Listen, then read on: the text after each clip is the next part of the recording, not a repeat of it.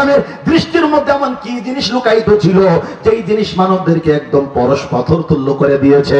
তারা তো ভালো মানুষ হয়েছে, তাদের সোয়াদ যার সাথে লাগে সেও জিন্দা হয়ে যায়। বলে ওই পরশ পাথর আর কিছুই না, ওই নজর দৃষ্টিভঙ্গি আর কিছুই না, ওটার নাম হলো কোরআনের শিক্ষা, আমার নবীর সহবত। কথা বলি ঠিক না? ঠিক না?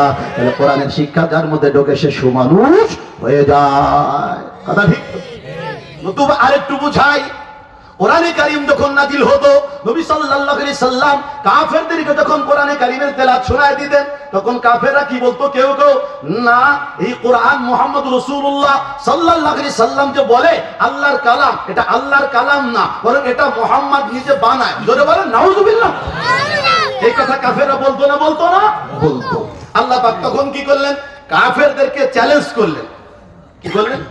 চ্যালেঞ্জ করলেন। কি চ্যালেঞ্জ? وَإِن كُنتُمْ فِي رَيْبٍ مِّمَّا نَزَّلْنَا عَلَى عَبْدِنَا فَأْتُوا بِسُورَةٍ مِّن مِّثْلِهِ وَادْعُوا شُهَدَاءَكُم مِّن دُونِ اللَّهِ। আল্লাহ বলেন, আমি আল্লাহ যে কোরআন নাজিল করি এটা আমার কালাম, তোমরা যদি এইটাই ধারণা করো যে না এটা আল্লাহর কালাম না, এটা মুহাম্মদ সাল্লাল্লাহু আলাইহি সাল্লামের কালাম, তাহলে এক কাজ করো, আমার হাবিব তো লেখাপড়া জানে না, দুনিয়ার কেউ তার শিক্ষক না, আমাদের নবীর শিক্ষক একজন, তিনি কে?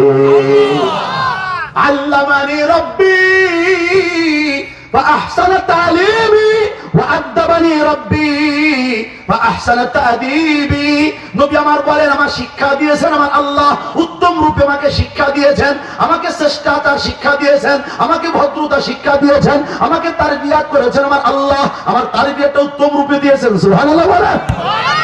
নবী সাল্লাল্লাহু আলাইহি সাল্লামের ব্যাপারে আল্লাহ বলেন, আমার হাবিব তো উম্মি নবী, সে তো কারোর থেকে লেখাপড়া শেখে নাই, তোমরা তো শিক্ষিত, তোমরা তো লেখাপড়া জানো। কথা বলেন, আমার নবী যদি লেখাপড়া না জেনে এরকম সুন্দর সুন্দর কথা বানাতে পারে, তোমরা শিক্ষিত জাতি এর থেকে অবশ্যই আরো ভালো কথা বানাতে পারবে। এটাই তো যুক্তিতে বলে। কথা কর না? মানুষে কে বেটা লেখাপড়া জানে না, তাই কি সুন্দর ওয়াজ করে, তুই হুজুরে হইলি কি? ওয়াজ করতে হয়েছে না কিছু না, বেটা দেখ সালসা বেঁচে কি বেচা। কথা কর ঠিক না? হ্যাঁ, হুজুর না হয়ে তো বায়ান করে, তো হুজুরে তুই পারস না। তামাম নবী উম্মি, লেখাপড়া শিখেনি, সে যদি একটা সুন্দর ফাসাহাত বালাগাত পূর্ণ বালিক কালাম ফসিহ কালাম বলতে পারে, তাহলে তোমরা তো এর থেকে আরো ভালো পারার কথা। আমার হাবিব তো কত আয়াত পড়ে, আমার হাবিব তো কত সূরা পড়ে, সূরা তো বাকারা আছে, সূরা তো নিসা আছে, আলে ইমরান আছে, মাইদা আছে, বড় বড় সূরা। এগুলোর দরকার নাই, পামরের দলেরা কাজ করে না। ফাতু বিসূরাতিন মিন মিথলি, ন্যূনতম একটা সূরা বানিয়ে উপস্থিত করে দেখা। ন্যূনতম ছোট্ট সূরা নাম সূরাতুল কাউসার, মাত্র 3 আয়াত বিশিষ্ট। কয় আয়াত? পারলে 3 আয়াত, এইরকম সুন্দর ফসিহ বলিক কালাম, ফাসাহাতে বালাগাতে মোড়ানো, অলংকার দিয়ে সাজানো, শিক্ষায় সাজানো, আবেদন দিয়ে সাজানো, পারলে বানায় দেখা। যদি বানাইতে পারিস বুঝবো তোদের কথা ঠিক। চ্যালেঞ্জ করছেন কে? আল্লাহ। এবার আল্লাহ বলে আর একটু বাড়ায় বলি, শোন, শুধু তোরা একা মক্কার যে কয়টা বদমাশ আছিস এরা মিলা বানাবি তা না, সারা পৃথিবীতে খোঁজ, তোদের পক্ষে যারা আছে সবাই রে নিয়ে বানা। কথা বল, গ্রামে লোকেরা তোর কোন বাপ আছে ডাক দে। আল্লাহ কয় তোর কোন দোস্ত আছে সব ডাক। আল্লাহরে ছাড়া মিন দুনিল্লাহ, আল্লাহ ছাড়া তোদের পক্ষে সুহাদা, তোদের সাক্ষী, তোদের পক্ষের লোক সবগুলো নিয়ে পারলে একটা সূরা বানায় দেখা। কয়টা সূরা? একটা।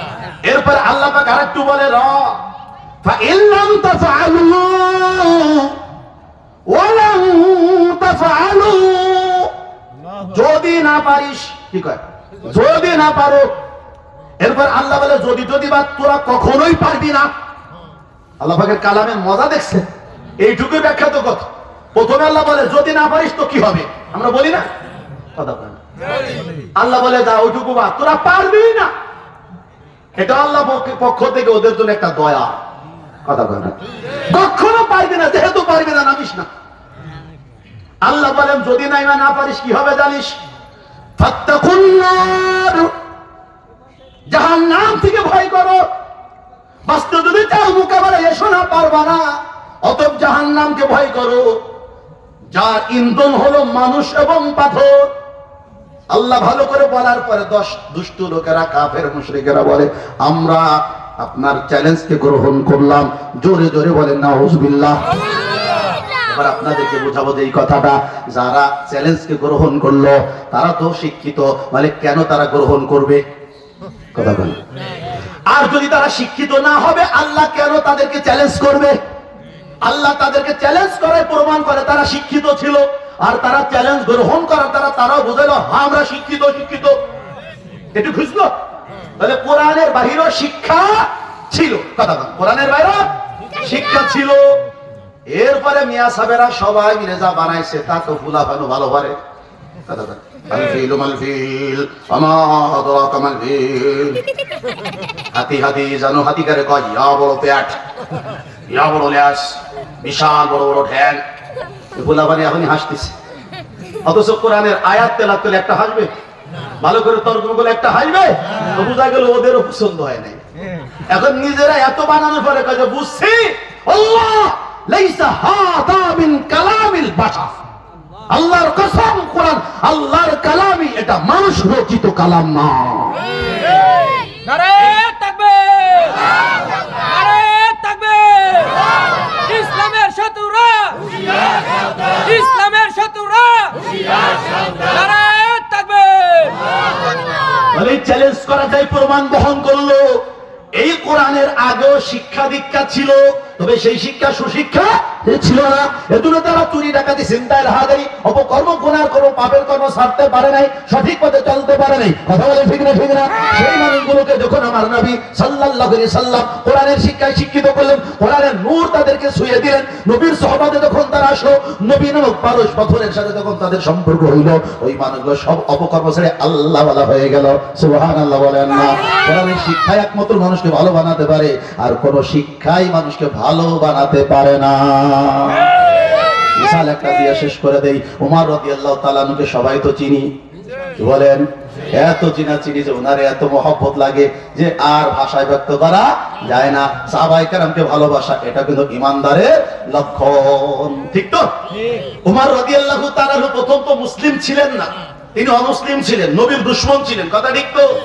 নবীকে হত্যা করার জন্য সে তলোয়ার নিয়ে ছুটে এসেছিল। কথা লম্বা। যখন সে নবীকে হত্যার জন্য ছুটে আসছে, প্রতিমধ্যে একজন সাহাবী তাকে ব্যারিকেড দিছে, আটকাইছে। ওমর কোথায় যাও? ধাই ধাই করে বলে যাচ্ছি আব্দুল্লাহ ছেলে মুহাম্মদকে হত্যা করতে। জোরে বলে নাউজুবিল্লাহ। আবু নুআইম বলে আচ্ছা হত্যা করতে যাও, হত্যা করতে যাও। কেন কেন, কি অপরাধটা? মানুষকে হত্যা করতে গেলে তো তার একটা কারণ লাগবে। কথা বলে না? কি জন্য হত্যা করবে? কারণটা কি? বলে সে কেন কালিমার দাওয়াত দেয়, সে কেন বাপদাদা 14 পুরুষের ধর্মের বিরুদ্ধে কথা বলে, এজন্য আমার রাগ লাগে, রাগের কারণে তাকে হত্যা করবে। নাউজুবিল্লাহ বলে। ওমর রাদিয়াল্লাহু তাআলা আনহু তখন তো মুসলিম না, এজন্য তার এতটা রাগ। আবু নুআইম বলে ওমর আরেকটা প্রশ্ন করি, এই কালিমার দাওয়াত যদি কেউ কবুল বা গ্রহণ করে তারাও কি অপরাধী? বলে অবশ্যই অপরাধী, সেম অপরাধী। যে যা কিছু দাওয়াত দিবে কিন্তু তুমি গ্রহণ করবা কেন? কি বলে? যারা দেশে দল করে, নাম করলে তো ঠুন্না পড়বে, এজন্য নামতাম বা কদু মার্কার যারা জেনুইন লোক, তারা যদি কেসে কেসে আসা তুমি এইবার কার মতো কুমড়োতে ভোট দিও, আর উনি যদি রাজি হয়ে যায়, আর কদু মার্কার লিডার যদি জানে যে তোরে আমি সারাদিন ভাত কাপড় দিয়ে মানুষ করলাম, আর তুই অল্প কিছু লোভে তুই আজকে কদু বাদে কিসের স্লোগান দেশ, কুমড়ার স্লোগান দেশ, তাহলে তার একটু রাগ লাগবে না? জোরে কর। সে কি বলবে যে কুমড়োর ভোট চাবে, তুই ভোট দিতে রাজি হইলি কেন? কেউ আইসা তোরে দাঁত দিতে পারে, তুই কবুল করলি কেন? এটা অপরাধ। কথা বল। যে চাইছে ভোট সে অপরাধী, তুই ভোট দিতে রাজি হইছিস তুই অপরাধী। দুটোর অপরাধী বলবে না? বলবে না। ওমর দাওয়াত কবুল দিতে অপরাধ হয় তো শুনে নাও একটা গোপন তথ্য। তোমার যে বোন আছে ফাতিমা রাদিয়াল্লাহু তাআলা আনহা, তোমার যে ভগ্নিপতি সাঈদ রাদিয়াল্লাহু তাআলা আনহু, দুজনে তো গোপনে কালিমা পড়ে মুসলমান হয়ে গেছে। ওমর পরের খবর পরে লও, ঘরের খবর আগে লও। ওমরের লজ্জাও লাগছে, রাগও হইছে। শোন আবু নুআইম, আমি যাচ্ছি আমার বোনের বাসার দিকে, খোঁজ খবর নিয়ে দেখি সত্যই যদি তারা কালিমা পড়ে, ওদেরকে তো সাইজ করবই, ওদেরকে তো সাইজ করবই। এরপরে তোমার আলাপ দ্বারা যা বুঝি তুমিও মনে হয় ওই দলেরই লোক, তোমারও ধরবো। সর্বশেষ তোমাদের যিনি নেতা তারে ধরবো। জোরে কান নাউজুবিল্লাহ। একটু কথা মনে রাখবেন, কোরআনের সাথে যারা দুশমনী করবে, কোরআন ওয়ালাদের সাথে যারা দুশমনী করবে, কোরআনের প্রতিষ্ঠানের সাথে যারা দুশমনী করবে, তাদের দুই অবস্থার এক অবস্থা হবে, হয়তো হেদায়েত পেয়ে বড় আল্লাহর ওলি হবে, অথবা সে ধ্বংস হবে, কোনো সন্দেহ নাই। ওমর এবার ছুটতে যায় বোনের বাসার দিকে। বোনের বাসার কাছে যখন গেছে, যতই আগায় মিহি মিহি একটা আওয়াজ, সুন্দর একটা আওয়াজ, মধুর একটা আওয়াজ উমারের কানের মধ্যে লাগতেছে। দরজার সামনে যখন গেছে, আস্তে আস্তে আওয়াজ শুনতেছে, তাহা মা আনজালনা আলাইকাল কুরআন লিতাশকা। ওমর শুনে আর পাগল হয়, আহ কি সুন্দর কথা, কি চমৎকার গাঁথনি, এত সুন্দর কথা কোনো কবি বলতে পারে না, কোনো সাহিত্যিক বলতে পারে না, কোনো গদ্য আবিষ্কার করে বলতে পারে না, এত সুন্দর কালাম। পাগল হয়ে গেছে ওমর, সুবহানাল্লাহ। ওমর কিছু করার জন্য ওই যে দুশমনী মনোভাব ভুলে গেছে, কুফরি শিরকি তার দিলের থেকে কিছুটা কমে গেছে, মন দিয়ে শুনতেছে। শোনার কিছুক্ষণ পরে যখন আওয়াজ বন্ধ হয়ে গেছে, সাবেক হিংস্রতা আবার তার মধ্যে জেগে গেছে। এইবার সে মনে করে, আহা আমি তো কোরআন শোনার জন্য আসি নাই, আমি আসছি তাদেরকে সাজদা করার জন্য। এবার দরজার মধ্যে আওয়াজ দিছে, ভগ্নিপতি আর বোন বুঝছে এইটা আমাদের ভাইজানেরই আওয়াজ, আমাদের ঘরে টোকা দিবে এমন তো ওমর উদ্দেশ্যের মধ্যে না, এটা ওমরেরই কাজ। খেয়াল করেন, উস্তাদ ছিলেন হযরত খাব্বাব রাদিয়াল্লাহু তাআলা। হযরত যেমন মস্ক করা, শত শত ছাত্র একসাথে তার সাথে আউযু বিল্লাহ বিসমিল্লাহ পড়ে না পড়ে? হুজুর একবার বলে আলিফ, তো হাজার জন বলে আলিফ, এর নাম দাও, এর নাম মস্ক। মস্কের দরকার আছে না নাই? খাব্বাব রাদিয়াল্লাহু তাআলা মজলুম সাহাবী, তিনি মস্ক দিচ্ছেন দিতে উস্তাদ। হযরত ফাতিমা, হযরত সাঈদ রাদিয়াল্লাহু তাআলা আনহা ছাত্র এবং ছাত্রী ঘরোয়া পরিবেশে দিন শিখতেছেন। সুবহানাল্লাহ।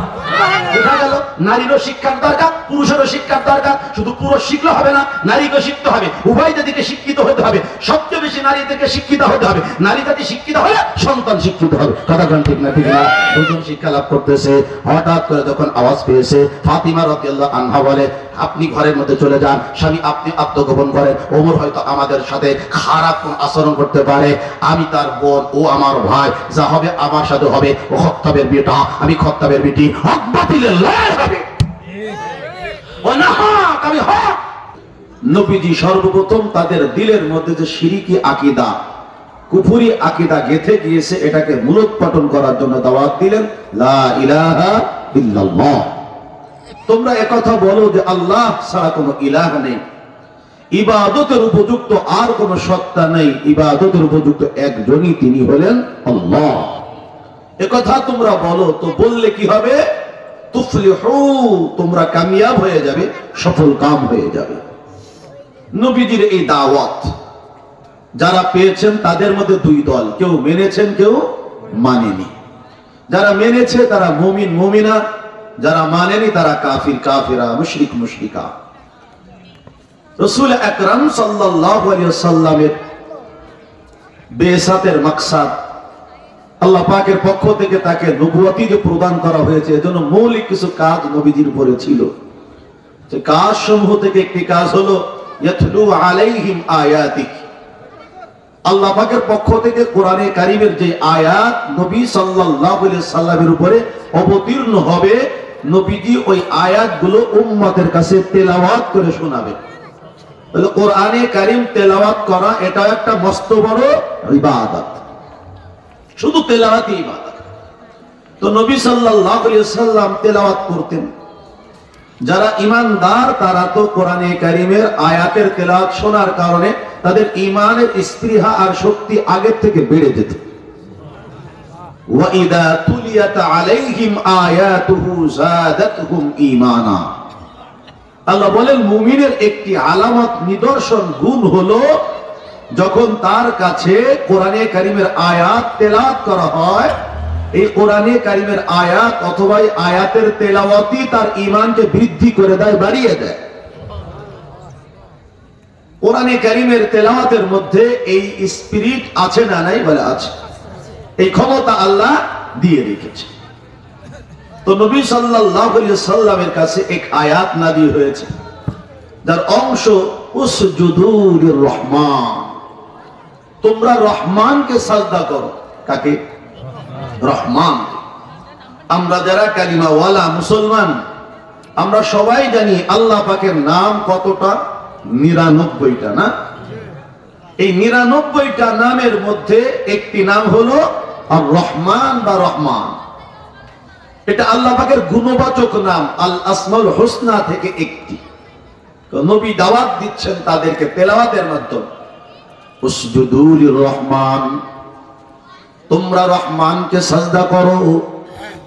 উলিদুল্লাহ আবিদুর রহমান, তোমরা আল্লাহকে ডাকো অথবা রহমানকে ডাকো। কাফের মুশরিক বেদিন যারা, তারা যখন এই আয়াতের তেলাওয়াত শুনলো, তাদের মধ্যে দুষ্টু কিসিমের যারা, তাদের দিলের মধ্যে আগের থেকে শয়তানি রোগটা আরেকটু বেড়ে গেল। ইমানদারের কাছে যখন আয়াত তেলাওয়াত করা হয় তার ঈমান বাড়ে। বেঈমান মুশরিক যারা, তাদের কাছে আয়াত তেলাওয়াত করলে কারোর ঈমান আসে তো কারোর আরো কুফরি শিরকি বাড়ে। একটি দল নবী সাল্লাল্লাহু আলাইহি সাল্লামের কাছে চলে এলো, নবীজিকে সরাসরি প্রশ্ন করলো, হে আব্দুল্লাহর ছেলে মুহাম্মদ সাল্লাল্লাহু আলাইহি সাল্লাম, মার রহমান, মানির রহমান, রহমান কে, রহমান কি? তুমি যে বলছো রহমানকে সাজদা করো, এই রহমানকে তো আমরা চিনতে পারলাম না, কারণ ইতিপূর্বে তুমি বলতে উবুদুল্লাহ ওয়ালা তুশরিকু বিহি শাইআ, আল্লাহর ইবাদত করো, তার সাথে কাউকে অংশীদার স্থাপন করো না, এ কথার দাওয়াত তুমি দিতে। তুমি বলতে কুলু লা ইলাহা ইল্লাল্লাহ, লা ইলাহা ইল্লাল্লাহ বলো। এখন দেখি তুমি বলো উসজুদু লির রহমান, তুমি যে বলো উদউর রহমান, তাহলে তুমি রহমান নামে কাউকে আমাদের সামনে পেশ করছো, রহমানকে তো আমরা চিনি না। সমাজের মধ্যে কিছু লোক আছে যারা বারবার গুণ দল চেঞ্জ করে, পাল্টায়, আসে না নাই? এক সময় তারা বলবে কদুমার খার জয় হোক, এই লোকটাই আবার বিকাল বেলা টাকা কিছু বেশি পেলে বলবে কুমড়া মার্কার জয় হোক, আছে না নাই? এরকম ঘন দল পরিবর্তনের মেজাজ সারা দুনিয়ার মধ্যে কিছু লোকের থাকে। সুবিধাবাদ জিন্দাবাদ, ঠিক না? যেদিকে বৃষ্টি সেদিকে ছাতা, আছে না নাই? কাফেরদের অবস্থা তো তাই। দুনিয়ার স্বার্থ যেখানে, কাফের মুশরিক বেদিনেরা সেখানে। মুসলমান কখনোই ধান্দায় থাকে না, তাদের স্লোগান একটাই, ঈমান আছে যেখানে আমি আছি সেখানে, আল্লাহ আছে যেখানে আমি আসি সেখানে, নেকি আছে যেখানে আমি আছি সেখানে, হক্কানি উলামায়ে কেরাম যেখানে আমি আছি সেখানে। কাফের বেদিনেরা প্রশ্ন করে মানির রহমান, মার রহমান, রহমান কি, রহমান কে? জানতে চেয়েছে কাফের মুশরিক বেদিনেরা। এই কথাটা আল্লাহ পাকের দরবারে পৌঁছেছে না পৌঁছেনি? আল্লাহ পাক শুনেছেন নাকি শোনেননি? আল্লাহ তো নিশ্চয় শুনেছেন। আল্লাহ পাক রব্বুল আলামিন বলেন সামিউ, তিনি সব শোনেন। আল্লাহ শুনেছেন যে আমার হাবিবের কাছে একদল প্রশ্ন করে আমাকে চেনার জন্য। আমি আমার পরিচয় অনেক ভাবে তো দিয়েছি, রহমানের পরিচয়টা সুন্দর করে দেওয়া এটা আল্লাহ পাক মুনাসিব মনে করলেন।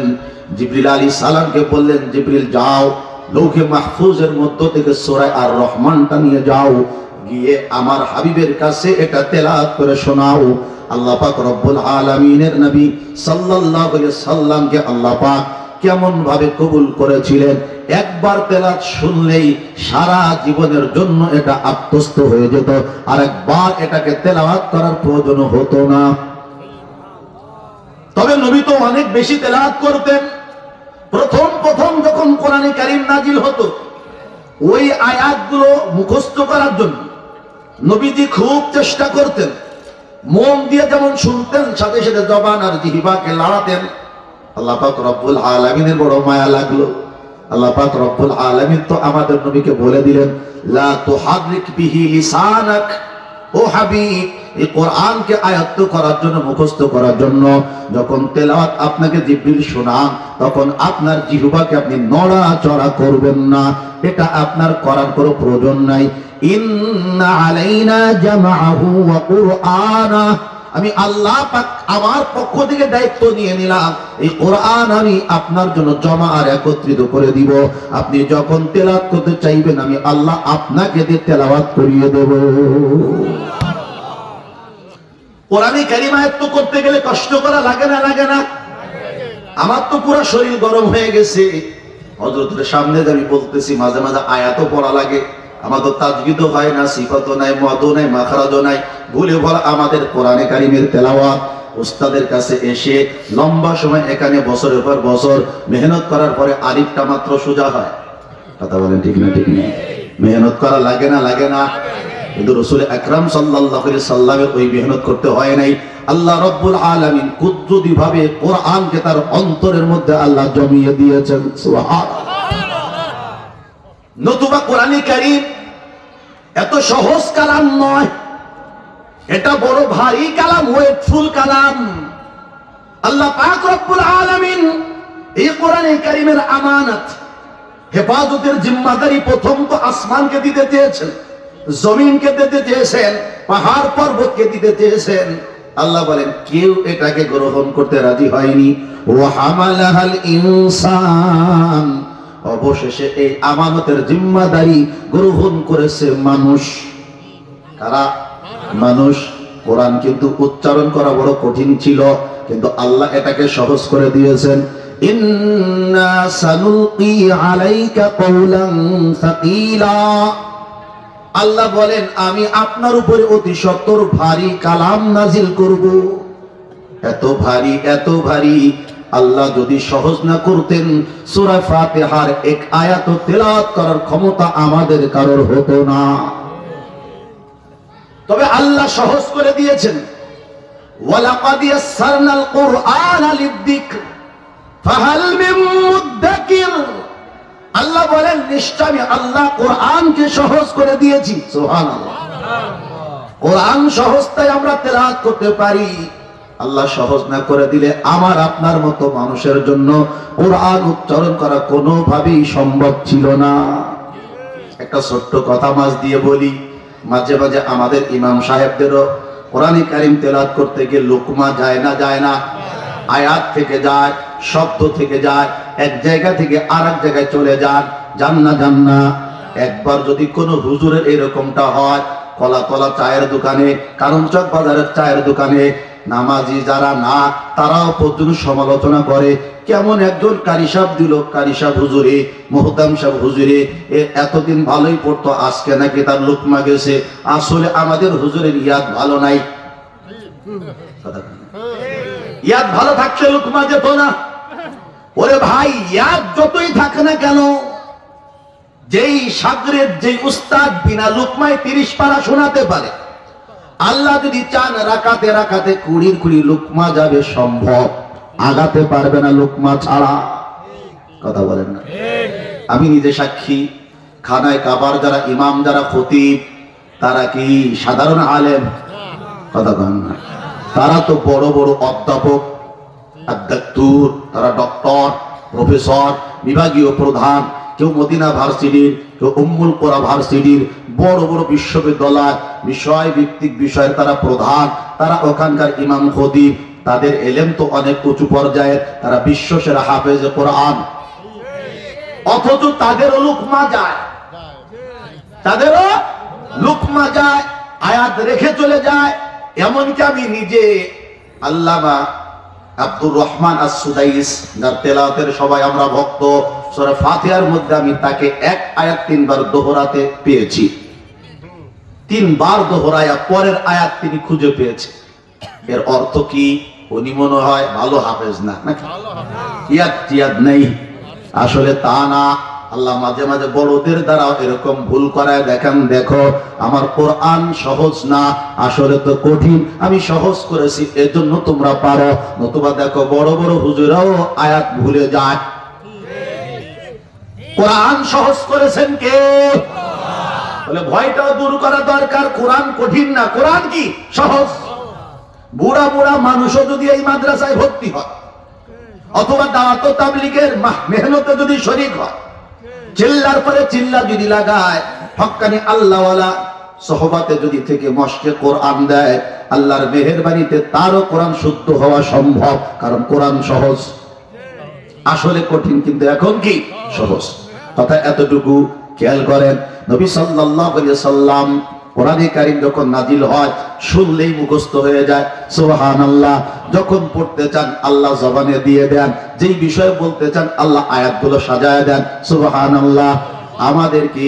আমাদের বড়রা শুনিয়েছেন, ওদিন আল্লামা মুফতি রুহুল আমিন সাহেব এক বয়ানের মধ্যে বলতেছিলেন যে আমাদের হযরত হাকিম মোহাম্মদ আখতার রহমাতুল্লাহ আলাইহি করাচির হযরত, কথা কম, করাচির হযরত বলেছেন তৌফিক কাকে বলে জানো?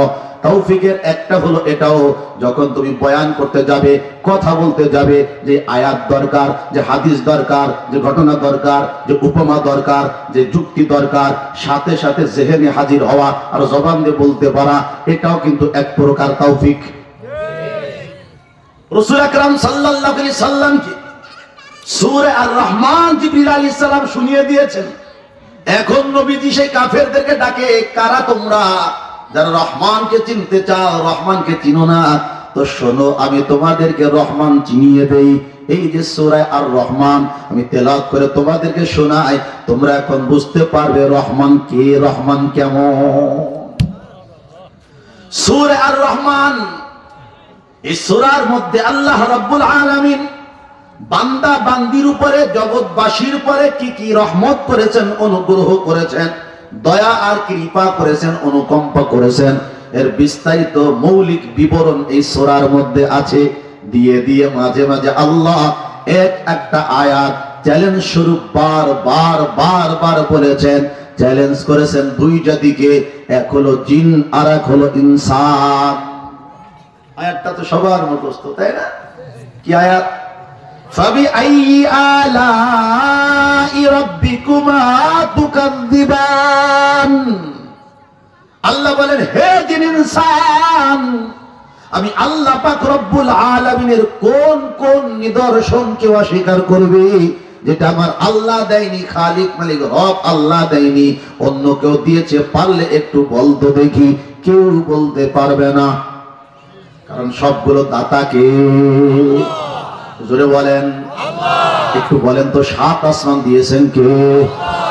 যদি হিন্দু পাড়ায় কেউ জিজ্ঞাসা করেন, বল সাত আসমান কে বানিয়েছে, ওরা হয়তো শব্দ পাল্টায় বলবে, কিন্তু আল্লাহর কথাই বলবে, হয়তো বলবে ভগবান। কথা বলে তর্জমা কিন্তু সঠিকভাবে বললে আল্লাহই বলতে হবে। কেউ বলবে না যে আমার জেঠিমা, আমার জ্যাঠামা, আমার পিসিমা, আমার মাসিমা, আমার জেঠু, এইটু বলবে না, বলবে কি? আল্লাহ। কথা ঠিক? অস্বীকার করার কোন সুযোগ নাই, সবগুলোর দাতা হলেন আল্লাহ। এবার আমার মূল আলোচনা নিয়ে এসে যায়। আল্লাহ রব্বুল আলামিন তার রহমতের বিবরণ দেওয়ার জন্য প্রথম ভূমিকা স্বরূপ বলেন আর রহমান, দয়াময়, অসীম, পরম করুণাময়, যার দয়া মায়ের কোনো সীমারেখা নাই। এখন জানবে না সে কে, তো শোনো তিনি কে, তার পরিচয়টা জানো। আল্লামাল কোরআন, রহমান তিনি, কোরআন শিক্ষা দিলেন যিনি। রহমান তিনি, কোরআন শিক্ষা দিলেন যিনি। এরপরে আল্লাহ বলেন খলাকল ইনসান, রহমান তিনি, মানুষকে সৃষ্টি করলেন যিনি। আবার খেয়াল করেন কোরআনে কারীমের তারতিব, কর্মধারা আর বিবরণ। আল্লাহ বলেন রহমান তিনি, কোরআন শিক্ষা দিলেন যিনি, রহমান তিনি, মানুষকে সৃষ্টি করলেন যিনি। এক নম্বরে তালিমুল কোরআন, এরপরে খলকুল ইনসান। আগে হলো শিক্ষা, এরপরে হলো জন্ম, আগে হলো শিক্ষা, এরপরে হলো সৃষ্টি। অথচ আমরা জানি কি, আগে সৃষ্টি এরপরে শিক্ষা, নাকি আগে শিক্ষা পরে সৃষ্টি? লাগে না? লাগবে না, একটু ফিকির করলে হয়ে যাবে না? আমরা যারা লেখাপড়া জানি, যে যা জানি, বাংলা, ইংরেজি, অঙ্ক, ভূগোল, সমাজ বিজ্ঞান, কোরআন, হাদিস, যে যা জানি, এগুলো কিন্তু পরে জেনেছি। আগে দুনিয়াতে আল্লাহ আমাদেরকে সৃষ্টি করেছে, ঠিক না বলে? আমরা যখন দুনিয়াতে এসেছিলাম, আমার নাম মাকসুদুল হক, তাকে আমি জানতাম। আমার আব্বা যে ওই মুয়াজ্জিম আলী, এটাকে চিনতাম। অথবা আমার বংশ অমুক, তাকে আমি জানতাম। অথবা এই মহিলাকে মা বলে ডাকতে হবে, মা শব্দটাকে আমার জানা ছিল। আর আমরা যখন দুনিয়াতে এসেছিলাম, আমাদের কোনো এলেমই ছিল না। কথা ঠিক না? তাহলে আমরা আগে জন্মেছি, আগে সৃষ্টি লাভ করেছি, এরপরে আমরা কিছু না কিছু শিখেছি। তাহলে আগে জন্ম বা সৃষ্টি, এরপরে শিক্ষা, তাই না? কিন্তু আল্লাহ পাক প্রথমে বলছেন শিক্ষা, এরপরে বলেছেন সৃষ্টি। দেখছেন কোরআনের তারতিব? এগুলো কি লুডু খেলার খোটে বসলে বোঝা যাবে? একে ওই চান্দা ঘরে বসলে কাজ যাবে? বিভিন্ন টোমঘর বানায় নেতার মিছিলে ওইখানে কি এটা পাওয়া যাবে? এই নোক্তাগুলো শিখতে হলে, বুঝতে হলে জাহাতাব সাহেবের মতো আল্লাহওয়ালা উলামায়ে কেরামের সহবতে বসতে হবে। আল্লাহ আগে শিক্ষার কথা বললেন, পরে সৃষ্টির কথা বললেন। রহস্য একটা অবশ্যই আছেই আছে, এটাই আমার বোঝানোর মূল উদ্দেশ্য। তাহলে বুঝতে পারবেন কোরআন শিক্ষা কত দামি। আল্লাহ রাব্বুল আলামিন আগে শিক্ষার কথা বললেন, এরপরে সৃষ্টির কথা কেন বললেন? এর একটা কারণ এটা তাফসীর কারকেরা লিখেছেন, মুফাসসিরিনে কেরামেরা উল্লেখ করেছেন। আল্লাহ রাব্বুল আলামিন যার সমস্ত নিয়ামতের প্রথম নিয়ামত কোরআনের শিক্ষা যেহেতু উল্লেখ করেছেন, এর দ্বারা বোঝা যায় দুনিয়াতে যত নাজ ও নিয়ামত আছে, আল্লাহ পাকের যত রহমত অনুগ্রহ আছে আর দয়া আছে, সব দয়া আর অনুগ্রহের মধ্যে সবচেয়ে বড় দয়া হলো কোরআনে কারীমের শিক্ষা। কোরআনের শিক্ষার থেকে বড় নিয়ামত আর নাই। কোরআনে কারীমের তালিম আর শিক্ষার থেকে বড় রহমত আর নাই। একজন মানুষের দুনিয়ার সব আছে, সব সব সবের ব্যাখ্যা তো বুঝুন কি আছে। সব সব মানে ধরে নেন সে এই মুহূর্তে পুরা পৃথিবীর বাদশা। কি হয়ে গেছে? পুরা পৃথিবীর বাদশা, কিন্তু তার মধ্যে কোরআনের শিক্ষা নাই। বলে ওর দাম মশার মতো না, আরো কম। কথা ঠিক। আরেকজন মনে করেন ইলন মাস্কের মতো ধনী হয়ে গেল, বিল গেটসের মতো বিশ্ব শ্রেষ্ঠ ধনী হয়ে গেল, কিন্তু তার মধ্যে কোরআনের শিক্ষা নাই। সে সবচেয়ে বড় নিয়ামত থেকে বঞ্চিত, সবচেয়ে বড় রহমত থেকে মাহরুম, বঞ্চিত। কথা বলেন ঠিক না? ঠিক না? সব লোক তাকে মানে, কিন্তু যারে মানে তার মধ্যে কোরআনের শিক্ষা নাই, সে আল্লাহ পাকের সবচেয়ে বড় রহমত থেকে বঞ্চিত। পক্ষান্তরে যদি এমন হয় কানন চকে তার বাড়ি, কলাতলা ইউনিয়নের মধ্যে তার বাড়ি, লোকটার কোনো অর্থ নাই, লোকটার কোনো বড় বংশে নাই, লোকটার কোনো বড় পদপদবি নাই, লোকটার কোনো বাড়ি গাড়ি নাই, লোকের পকেটে একটা টাকাও নাই, কিন্তু সিনার মধ্যে আছে কোরআনের নূর। তখন সে কোরআনে কারীম শুদ্ধ করে পড়তে পারে, কোরআনে কারীমের তরজমা জানে, কোরআনে কারীমের তাফসীর জানে, কোরআনে কারীমের বিধি বিধান জানে এবং বোঝে এবং মানে। এই লোকটার দাম পৃথিবীর সমস্ত টাকাওয়ালা ধনী কোটিপতি লিডার নেতার চাইতে কোটি কোটি অসংখ্য গুণ বেশি। আল্লাহ পাক রব্বুল আলামিন তালিমুল কোরআন, কোরআন শিক্ষার গুরুত্ব বোঝানোর জন্য, কোরআনে কারীমের শিক্ষার গুরুত্ব অনুধাবন করানোর জন্য বান্দাকে বলতে চান, বান্দা আমি মালিক তোমাদেরকে যত রহমত দিয়েছি, আমি যত অনুগ্রহ তোমাদের জন্য নাজিল করেছি, শ্রেষ্ঠ রহমত হলো আমার কোরআনের শিক্ষা।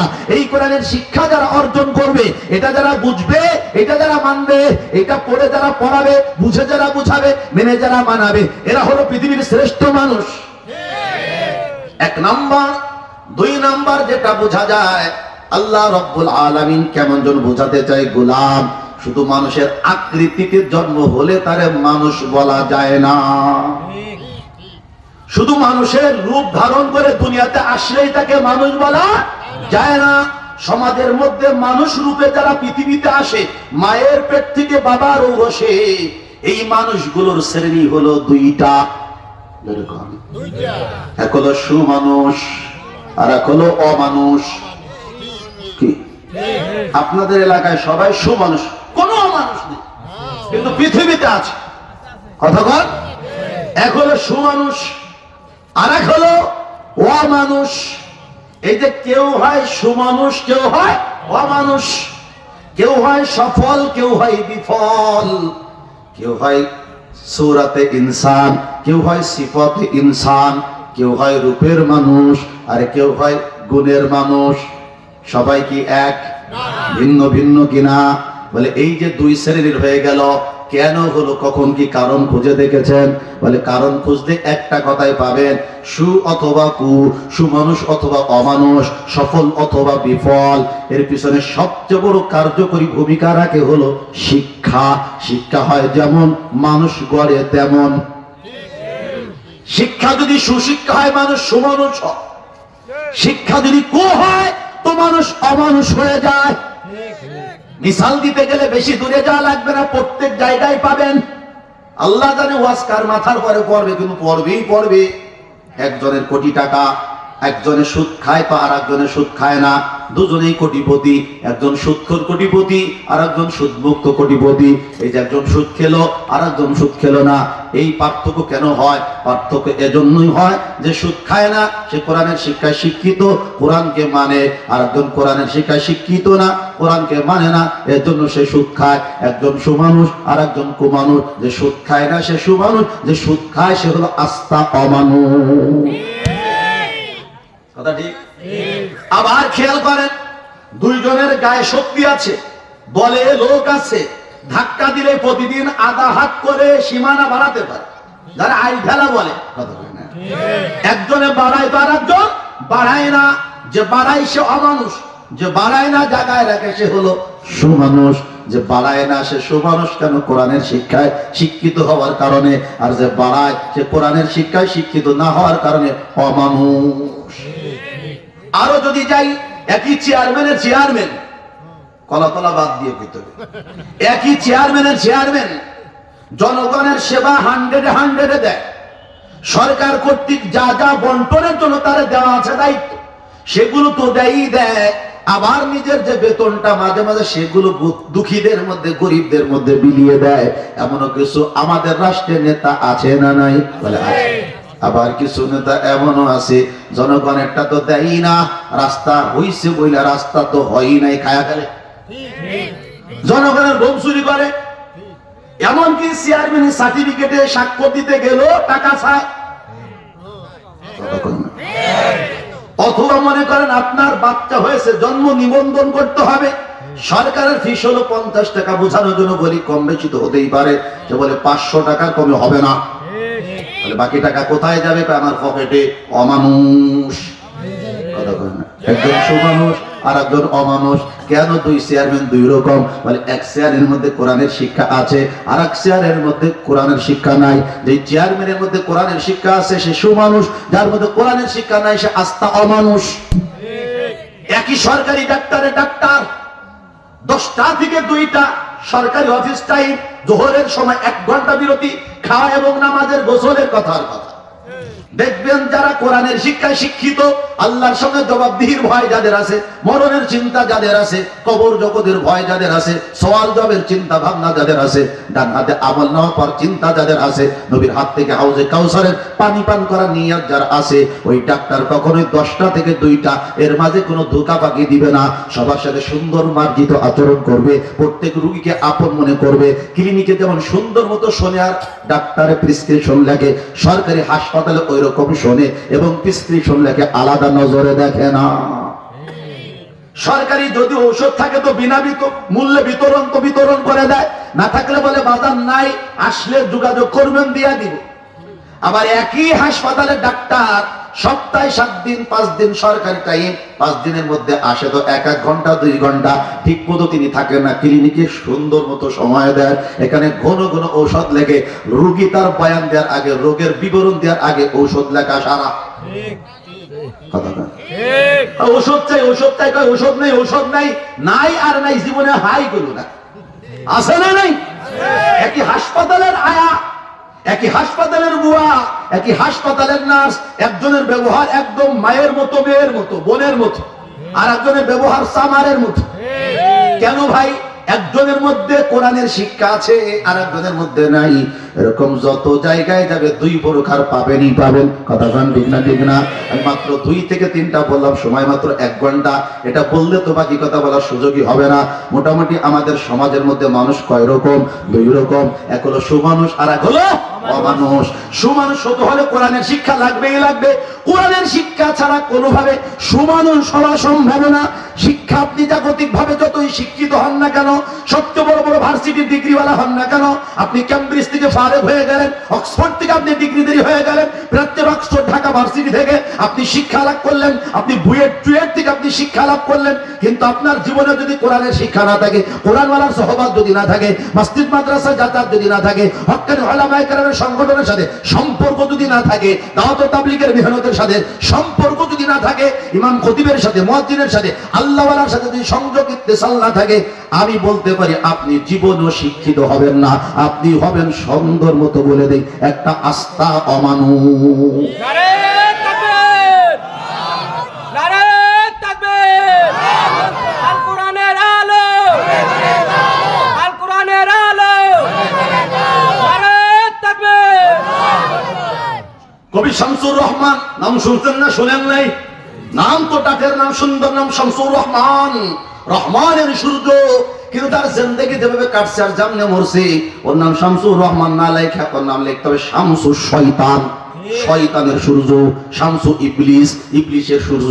কথা কেন বললাম? এমনি বলি নাই, তার আমলের কারণে বলেছি। একটু বলেন তো আজানের আওয়াজটা কেমন লাগে? আজান যখন সুমধুর কণ্ঠে সহি করে সুন্নাত তরিকায় দেওয়া হয়, আজানের আওয়াজ কেমন লাগে? জোরে বল। নামাজ পড়েন না পড়েন, আজানটা ভালো লাগে না? লাগে না? যদি কেউ বলে যে আমার আজান ভালো লাগে না, তো মুসলমান থাকতে পারে না। পৃথিবীর মধ্যে মুসলমানের কাছে দুইটা আওয়াজ সবচেয়ে প্রিয়, এক হলো সাউতুল কোরআন আর এক হলো সাউতুল আদান। কোরআনের আওয়াজ আর আদানের আওয়াজ, এটা শুনলেই দিল ঠান্ডা হয়। কথা বলেন ঠিক না? ঠিক না? মুসলমান যারা নামাজ পড়ে তারা তো নামাজ পড়েই পড়ে, আর যারা নামাজ পড়ে না আজান শুনলে তারাও আওয়াজ বন্ধ করে, এমনকি মা বোনেরা ঘুমটা দেয়। অমুসলমান হিন্দুদেরকে আমি দেখেছি আজান হওয়ার পরে তারা আওয়াজ বন্ধ করে, চুপচাপ খামোশ হয়, মন দিয়ে আজান শোনে। দুই এক হিন্দু মন্তব্য করে আজানের শব্দের অর্থ যদিও বুঝি না, কিন্তু মনটা আগুন করে, এত চমৎকার লাগে বলে বোঝাইতে পারবো না। এবার বলেন তাহলে আজান কত সুমধুর। কবি কাইকোবাদের আজান নামক কবিতা পড়ে দেখবেন কি চমৎকার করে তিনি আজানের অভিব্যক্তি ফুটিয়ে তুলেছেন। অথচ শামসুর রহমান এক সাক্ষাৎকারে বলেছিল আজানের আওয়াজ নাকি তার কাছে বেশ্যার আওয়াজের মতো মনে হয়। জোরে বলে নাউজুবিল্লাহ। ফজরের আজান নাকি তার কাছে বেশ্যার আওয়াজের মতো মনে হয়। জোরে বলে নাউজুবিল্লাহ। আরে আমরা মুসলমান, সকাল হলো কি হলো না এটা নির্ণয় করি আজান দিয়ে। কথা বলে ঠিক না? ঠিক না? আমি নামাজ পড়ি চাই না পড়ি, আমরা নামাজ পড়ি চাই না পড়ি, আজান শুনলে আমাদের ভালো লাগে না? লাগে না? বলে ভালো লাগে। যেই লোকটা আজানকে বেশ্যার আওয়াজের সাথে তুলনা করে, সেই লোক তো কখনো মুসলমান থাকতে পারে না। এ একটা অমানুষ। কথা কন ঠিক না? ঠিক না? অমানুষ হইল কেন? কারণ একটা সে অনেক বড় কবি, জাতীয় অধ্যাপক, অনেক ডিগ্রি তার আছে, দেশ দেশের বাইরে থেকে ডিগ্রি নিয়েছে, শত শত শিক্ষক থেকে শিক্ষা গ্রহণ করেছে, কিন্তু তার জিন্দেগির মধ্যে তালিমুল কোরআন নেই, কোরআনের শিক্ষা নেই, কোরআনের বুঝ নেই, কোরআনের আমল নাই, কোরআনওয়ালা আহলুল্লাহ আল্লাহওয়ালা ওলামায়ে কেরামের সাথে তার কোনো মুনাসাবাত নাই। কথা বলে ঠিক না? ঠিক না? আরেকজনের নামটা বলি, সবাই চিনবেন, ম্যাডাম তাসলিমা নাসরিন। নাম শুনেছেন না শোনেন নাই? ময়ূর বাইসে আছে, মরে নাই, ইন্ডিয়াতে আছে এখনো, রুটি কিন্তু কি হয় নাই, মরে নাই, এখনো প্রতিদিন কোরআন হাদিসের বিরুদ্ধে লিখতে থাকে। জোরে কান নাউজুবিল্লাহ। এমনকি সেদিন কভার ঢাকার বিরুদ্ধে একটা লেখছে। এত বড় শয়তান, প্রতিদিন কোরআনের বিরুদ্ধে লেখে, হাদিসের বিরুদ্ধে লেখে, আল্লাহর বিরুদ্ধে লেখে, রাসূলের বিরুদ্ধে লেখে, কোরআন সুন্নাহর বিরুদ্ধে লেখে, দাড়ি টুপির বিরুদ্ধে লেখে, জান্নাতের বিরুদ্ধে লেখে। এক কথায় সে যে পরিমাণ লেখে, অনেক নাস্তিক এতটা লিখতে সাহস পায় না। এই যে মুসলমান নামধারী তাসলিমা নাসরিন, নামটা তো কত চমৎকার, তাসলিমা, আত্মসমর্পণকারিণী। আত্মসমর্পণ করবে মুসলমান কার কাছে? আল্লাহর কাছে। ইসলাম মানে তো আত্মসমর্পণ করা, স্যারেন্ডার। কার কাছে? আল্লাহর কাছে। আর তাসলিমাও স্যারেন্ডার করছে, তবে আল্লাহর কাছে না, একদম ডাইরেক্ট ইবলিস শয়তানের কাছে। কথা বলে এই তাসলিমা প্রতিদিন কোরআন হাদিসের বিরুদ্ধে বলে, আল্লাহ রাসূলের বিরুদ্ধে বলে, এমন কিছু কথা বলে যা যুক্তিতেও আসে না। তোমরা পুরুষেরা একসাথে 4টে বিয়ে করতে পারো, আমরা মহিলারা করে একসাথে 4টা স্বামী পালতে পারবো না। যুক্তি দেখছে? ওর ভাগে কম পড়ে গেছে। পুরুষে 4 বিবি একসাথে রাখতে পারে, শরীয়তে অনুমতি আছে। কার জন্য? যার সামর্থ্য আছে, শারীরিক শক্তি, আর্থিক সামর্থ্য, ইনসাফ এবং ন্যায় বিচার কায়েমের মতো পরিবেশ পরিস্থিতি আছে। এই সবগুলো মিলে হলো একাধিক বিবাহ। কথা কন ঠিক না ঠিক না? যদি সব ঠিক রেখে কেউ একাধিক বিবাহ করে তাকে খারাপ ভাবারও কোনো সুযোগ নেই, কাজটা কোরআন হাদিস সম্মত। তবে বিয়ে করে করে এক জায়গা তুই হারাই যাবা, তোমার মতো ফাজিল আর শয়তান দেশে নেই। এরকম কিছু লোক আছে না, যেখানে একটা বিয়ে হয়ে তুই আসে পরে আর খোঁজ খবর নেয় না। এই মহিলার বাচ্চা কাচার জিন্দেগি তামা তামা হয়ে যায়। কথা বলে ঠিক না ঠিক না? নিজের ভাত কাপড় নিজে দিতে পারে না, এক বউ ঠিক মতো চালাইতে পারে না, সে যদি কয় আর একটা বিয়ে করবে দূর বুঝতে পিটাবে। আর যদি কেউ সামর্থ্য রাখা অবস্থায় একাধিক বিবাহ করে তার নামে কখনো বাজে মন্তব্য করবেন না। বাংলাদেশটা এমন একটা দেশ, এখানে একাধিক বিবাহ মানে দুই বিয়ে যে করে, প্রথম যেটা মানুষের মাথায় ঢোকে ওই লোকটার চরিত্র মোটেও ভালো না। কথা কন ঠিক না ঠিক না? এরকম মন্তব্য করবে না, বুঝে শুনে মন্তব্য করবে। কথা ঠিক আছে তো? এই তাসলিমা নাসরিন যা বলতেছে যুক্তির আলোকে আসলে লম্বা সময় লাগবে, আমি বুঝাইতে পারবো না সময়ের অভাবে। তবে এতটুকু বলি, আল্লাহ পাক রব্বুল আলামিন এক পুরুষকে 4 স্ত্রী রাখার কি দিয়েছেন কোন তো সুযোগ দিয়েছে, কিন্তু এক মহিলাকে একসাথে একাধিক স্বামী রাখার কোনো অনুমতি নেই। বুঝানোর জন্য বলি, ছোট মোটো আছে আমার সাগরেদরা আছে, এসব মাসালা বুঝানো তো জটিলতা। এই যে 1 বোতল পানি, কথা বলেন, 1 বোতল কি পানি, এখন যদি আমি এখানে 4 নদীর পানি ঢুকাই দিই, এরপরে পানিটা যখন ঝাঁকায় দিলাম, এখন যত বড় আপনি হন না কেন এই 4 নদীর পানির আলাদা করে দেন, পারবেন? হ্যাঁ। আর যদি একই বোতলের পানি আমি 4টা পাত্রে ঢেলে দিই, একই পানি, কথা বলেন না? পরিচয় দেওয়া তো সহজ, পাত্র ভিন্ন, পানি তো এক। কথা বুঝছেন তো? আমি আর লম্বা করলাম না। একই সাথে যদি তার স্বামী স্ত্রীর সাথে সমান অধিকার খাটায়, আর তার সাথে যদি একান্তে মিলিত হয়, বাচ্চা যদি হয়, বাচ্চা কার? কথা বলেন, ও আব্বা হয়ে কারে ডাকবে? কথা বুঝছেন? আরো অনেক যুক্তি আছে। আল্লাহ আমাদেরকে এই বাজে মহিলা থেকে হেফাজত করে বলেন। এইরকম হাজারো মিসাল আছে। কেউ সুমানুষ, কেউ অমানুষ। সুমানুষ হয় কেন, অমানুষ হয় কেন? বলে শিক্ষার গুণে হয়। শিক্ষা যদি সু হয়, মানুষ সুমানুষ হয়। শিক্ষা যদি হয় তো মানুষ অমানুষ হয়। এখন শিক্ষা দুনিয়াতে তো বহুত আছে, সব শিক্ষার মধ্যে সবচেয়ে দামি শিক্ষা তালিমুল কোরআন। আসল শিক্ষা, সুশিক্ষা হলো তালিমুল কোরআন। এই শিক্ষা যার মধ্যে আসে ওই মানুষটাই সুমানুষ হয়। কথা বলেন ঠিক না ঠিক না? চুরি, ডাকাতি, ছিনতাই, রাহাজানি, স্মাগলিং, কালোবাজারি, ধান্দা, চান্দা, কথা বলেন। এরপরে আরো আছে সুদ, ঘুষ, সন্ত্রাসী, দুর্নীতিবাজ। সব কিছু দূর করার জন্য লাগবে কোরআন শেখা, কোরআন বোঝা, কোরআন মানা। যে কোরআন পড়ে, কোরআন বুঝে, কোরআন মানে অকাম কুকাম সে করে না। কথা ঠিক? মিসাল দিয়ে একটা বাংলা মিসাল। বাংলাদেশে দুর্নীতি দমন করার জন্য একটা সংস্থা আছে, তার নাম কি? দুদক।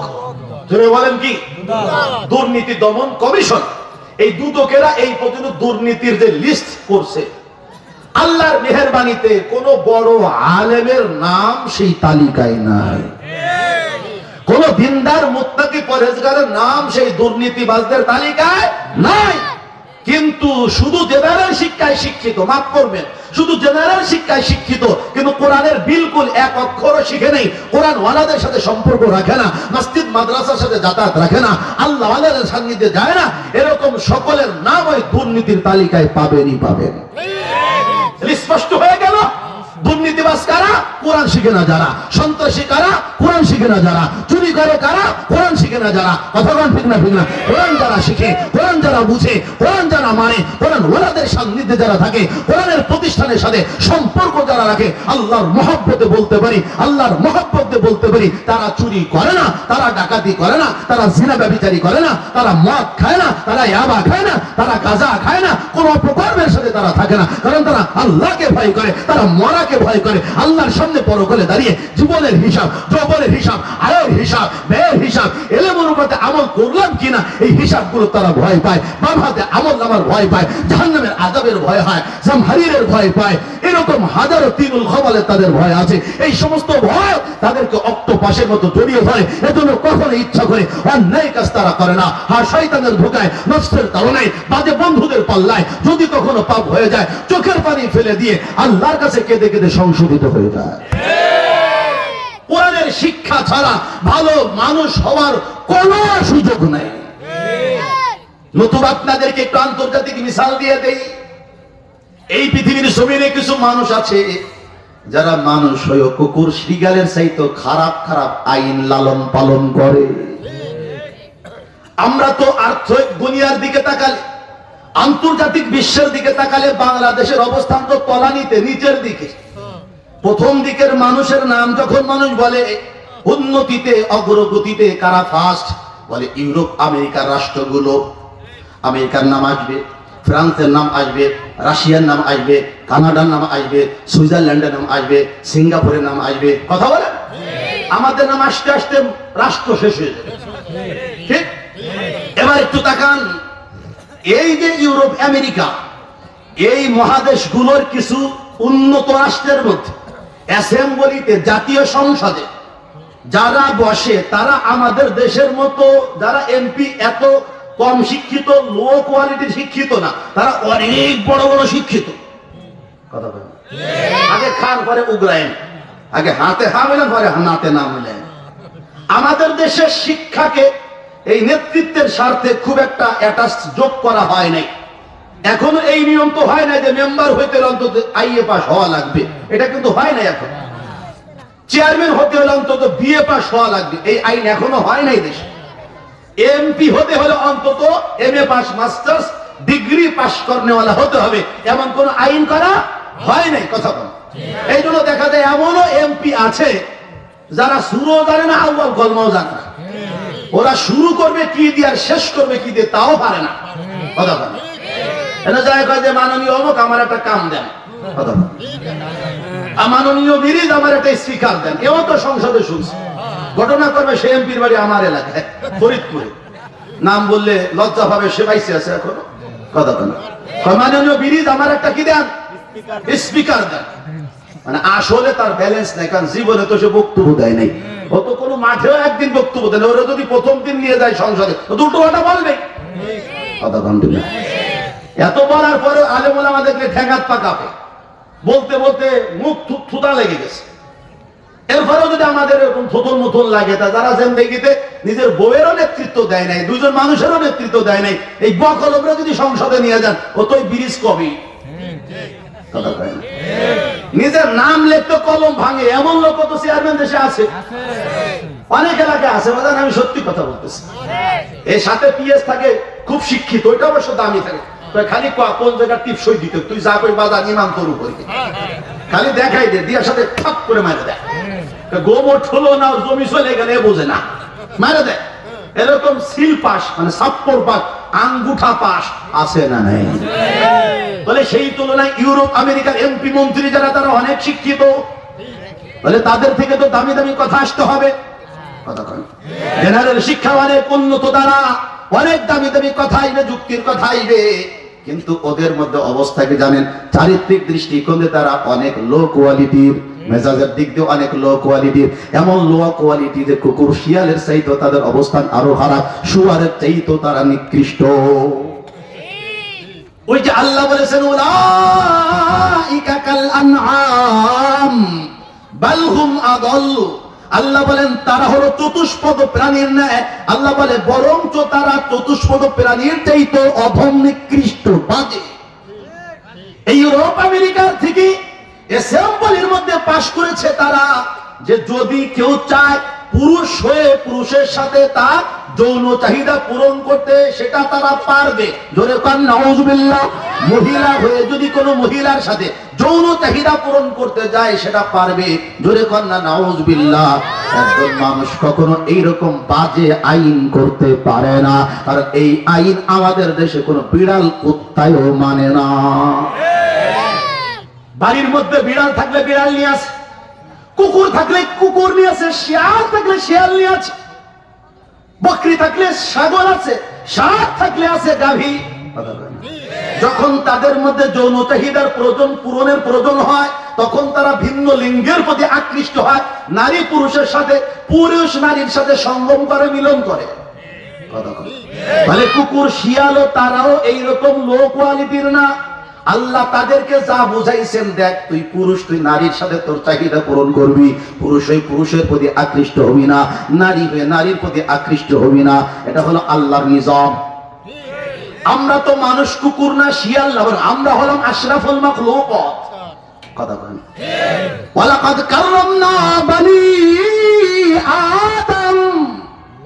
আল্লাহ বলেন নিশ্চয় আমি আল্লাহ আদম সন্তানকে সম্মানিত করেছি, এর মানে আমরা হলাম আশরাফুল মাখলুকাত। আমরা কি করে কুকুর শিয়ালের স্তরে নেমে গেলাম, কি করে তাদের থেকে লো কোয়ালিটির হয়ে গেলাম। যারা বলে সমকামিতার আইন জায়েজ আর বৈধ, ওই মানুষগুলো শুয়ারের চেয়েও নিকৃষ্ট। একটু আগে প্রশংসা করেছি, খেয়াল করেছেন তো? হাই সোসাইটির লোক তারা, অনেক উন্নত শিক্ষিত তারা, কিন্তু কাজের ক্ষেত্রে ঠন ঠন, কাজের ক্ষেত্রে তাদের চরিত্র শুয়োরের চাইতে নিকৃষ্ট। কেন হইছে বলেন তো? ওই যে শিক্ষার গুণে ওদের মধ্যে জাগতিক শিক্ষা আছে, কিন্তু কোরআনের শিক্ষা নাই। বুঝছেন তো? কোরআনের শিক্ষা না থাকলে, কোরআনের শিক্ষা না থাকলে কখনো সুমানুষ হওয়া সম্ভব না। বিশ্বাস হয়েছে? এখনো হয় নাই? তাহলে আরেকটু আগে বিশ্বাস না করেছে যাওয়ার কথা না। এরপরে আর একটা মিসাল দিই। রাসূল আকরাম সাল্লাল্লাহু আলাইহি সাল্লাম নবুয়ত প্রাপ্তির আগ পর্যন্ত, নবীজি পৃথিবীতে আসার আগ মুহূর্তের মধ্যে এই মক্কা সহ জাজিরাতুল আরবে, আরব ভূখণ্ডের পরিস্থিতি কি ছিল সবার জানা। এক শব্দে এক বাক্যে সবাই বলে ওই যুগের নাম হলো আইয়ামে জাহিলিয়াত, মূর্খতার যুগ, অন্ধকারের যুগ। কথা কন। অথচ তাদের মধ্যে লেখাপড়া ছিল। লেখাপড়া, তারাও বিভিন্ন রকম ফরার সাবজেক্টের চর্চা করত, ভাষার চর্চা করত, সাহিত্যের চর্চা করত। তাদেরকে ওই শিক্ষায় ভালো মানুষ বানাতে পারে নাই। যেরকম ভালো মানুষ বানাতে পারে নাই। তারা চুরি করত, ডাকাতি করত, ছিনতাই করত, রাহাজানি করত, টাপকারি করত, এরকম মাদক দ্রব্য সেবন করত, এগুলোর চোরাচালানি করত। রাস্তায় রাতের বেলায় মানুষ ভয়তে বের হইতে পারতো না। নারী জাতির ইজ্জতের কোনো মূল্য ছিল না। গরু ছাগল বিক্রি হইতো যেমন বাজারে, নারী ছাগল বিক্রি হইতো এরকম বাজারে। গরু ছাগল উট ভেড়ার দামের চেয়ে মানুষের দাম তাদের কাছে কম ছিল। ভ্রাতৃত্বের বন্ধন তাদের মধ্যে ছিল না। বড়কে শ্রদ্ধা তারা করতো না, ছোটকে স্নেহ তারা করতো না। এক কথা, যত অপকর্ম হতে পারে সব সেই যুগের মধ্যে ছিল। লেখাপড়া ছিল, আবার খারাপিও ছিল। অথচ লেখাপড়ার দ্বারা তো মানুষ সুশিক্ষিত হয়ে তারা তো সুমানুষ হওয়ার কথা, কিন্তু তারা সুমানুষ হইতে পারে নাই। একটু খেয়াল করেন, ঠিক সেই সমাজে আল্লাহ আমাদের নবী সাল্লাল্লাহু আলাইহি সাল্লামকে পাঠালেন। 40 বছর বয়স যখন পূর্ণ হলো, আল্লাহ রাব্বুল আলামিন ইকরা বিসমি রাব্বিকাল্লাযী খালাক, এই যে কোরআনের আয়াত দিয়ে তাকে নবুয়তি দান করে দিলেন। কথা বলেন ঠিক না? ঠিক না? আল্লাহ পাকের নবী এক একজন মানুষকে রাস্তা থেকে তুলে আনেন, ঘরে ঘরে গিয়ে দাওয়াত দেন, বাজারে বাজারে গিয়ে দাওয়াত দেন, চৌরাস্তার মোড়ে গিয়ে দাওয়াত দেন, সারা রাস্তার মোড়ে গিয়ে দাওয়াত দেন, মরুভূমির মধ্যে গিয়ে দাওয়াত দেন, পাহাড়ের মধ্যে গিয়ে দাওয়াত দেন, কাঁচা ঘরের মধ্যে গিয়ে দাওয়াত দেন, পাকা ঘরের মধ্যে দাওয়াত দেন। যাকে পান তাকেই দাওয়াত দেন। আল্লাহ পাকের নবী সাল্লাল্লাহু আলাইহি সাল্লামের সোহবতে যেই লোকটা আসে, নবীর শিক্ষায় যেই লোকটা শিক্ষিত হয়, আল্লাহু আকবার কাবীরা, তারা সোনার মানুষ হয়ে যায়। চুরি ডাকাতি ছেড়ে দেয়, চিন্তায় রাজনী ছেড়ে দেয়, গুনাহ ছেড়ে দেয়, পাপ ছেড়ে দেয়, অমানসিকতা ছেড়ে দেয়, সর্বরকম অপরাধকে তারা ছেড়ে দেয়। ভালো গুণে তারা গুণান্বিত হয়ে যায়। বলে কিসের কারণে? কিসের কারণে? বলে কোরআনী শিক্ষার কারণে। खुद न थे जो राह पर औरों के हादी बन गए, खुद न थे जो राह पर औरों के हादी बन गए, क्या नजर थी जिसने मर्दू को मसीहा कर दिया। কবি বলতেছে, দেখো যেই মানুষগুলো নিজেরা হেদায়েতের পথে ছিল না, সেই মানুষগুলো তো নবী সাল্লাল্লাহু আলাইহি সাল্লামের কাছে এসে হেদায়েত পেয়েছে তো পেয়েছে, বরং শুধু হেদায়েত পায় নাই, অন্য অন্য মানুষের রাহবার তারা হয়ে গেছে। একজন ওমর রাদিয়াল্লাহু তাআলা নবী যদি হন, সারা পৃথিবীর মানুষের হেদায়েতের জন্য তিনি যথেষ্ট। কথা বলি ঠিক না? ঠিক না? জোরে বলেন ঠিক না? ঠিক না? একজন আবু বকর রাদিয়াল্লাহু তাআলা গোটা মানব সভ্যতার হেদায়েতের জন্য যথেষ্ট। একজন উসমান গনি রাদিয়াল্লাহু তাআলা গোটা মানব জাতির হেদায়েতের জন্য যথেষ্ট। একজন আলী মুর্তজা, আলী হায়দার রাদিয়াল্লাহু তাআলা গোটা মানব জাতির হেদায়েতের জন্য যথেষ্ট। खुद ना थी जो राह पर औरों के हादी बन गए, क्या नजर थी जिसने मर्दू को मसीहा कर दिया। আরে নবী সাল্লাল্লাহু আলাইহি সাল্লামের দৃষ্টির মধ্যে এমন কি জিনিস লুকায়িত ছিল, যেই জিনিস মানবদেরকে একদম পরশ পাথর তুল্য করে দিয়েছে। তারা তো ভালো মানুষ হয়েছেই হয়েছে, তাদের সোয়াদ যার সাথে লাগে সেও জিন্দা হয়ে যায়। বলে ওই পরশ পাথর আর কিছুই না, ওই নজর দৃষ্টিভঙ্গি আর কিছুই না, ওটার নাম হলো কোরআনের শিক্ষা, আমার নবীর সোহবত। কথা বলি ঠিক না? ঠিক না? তাহলে কোরআনের শিক্ষা যার মধ্যে ঢোকে সে সুমানুষ হয়ে যায়। কথা ঠিক? নতুবা আরেকটু বুঝাই, কোরআনে কারীম যখন নাজিল হতো, নবী সাল্লাল্লাহু আলাইহি সাল্লাম কাফেরদেরকে যখন কোরআনে কারীমের তেলাওয়াত শোনায় দিতেন, তখন কাফেররা কি বলতো? কেউ কেউ, না, এই কোরআন মুহাম্মদ রাসূলুল্লাহ সাল্লাল্লাহু আলাইহি সাল্লাম যে বলে আল্লাহর কালাম, এটা আল্লাহর কালাম না, বরং এটা মুহাম্মদ নিজে বানায়। জোরে বলেন নাউযুবিল্লাহ। এই কথা কাফেররা বলতো না? বলতো না? বলতো। আল্লাহ পাক তখন কি করলেন? কাফেরদেরকে চ্যালেঞ্জ করলেন। কি করলেন? চ্যালেঞ্জ করলেন। কি চ্যালেঞ্জ? وَإِن كُنتُمْ فِي رَيْبٍ مِّمَّا نَزَّلْنَا عَلَى عَبْدِنَا فَأْتُوا بِسُورَةٍ مِّن مِّثْلِهِ وَادْعُوا شُهَدَاءَكُم مِّن دُونِ اللَّهِ। আল্লাহ বলেন, আমি আল্লাহ যে কোরআন নাজিল করি এটা আমার কালাম, তোমরা যদি এইটাই ধারণা করো যে না এটা আল্লাহর কালাম না, আর এটা মুহাম্মদ সাল্লাল্লাহু আলাইহি সাল্লামের কালাম, তাহলে এক কাজ করো, আমার হাবিব তো লেখাপড়া জানে না, দুনিয়ার কেউ তার শিক্ষক না, আমাদের নবীর শিক্ষক একজন, তিনি কে? আল্লামানি রব্বি ওয়া আহসানা তালিমি ওয়া আদবানি রব্বি ওয়া আহসানা তাদিবি।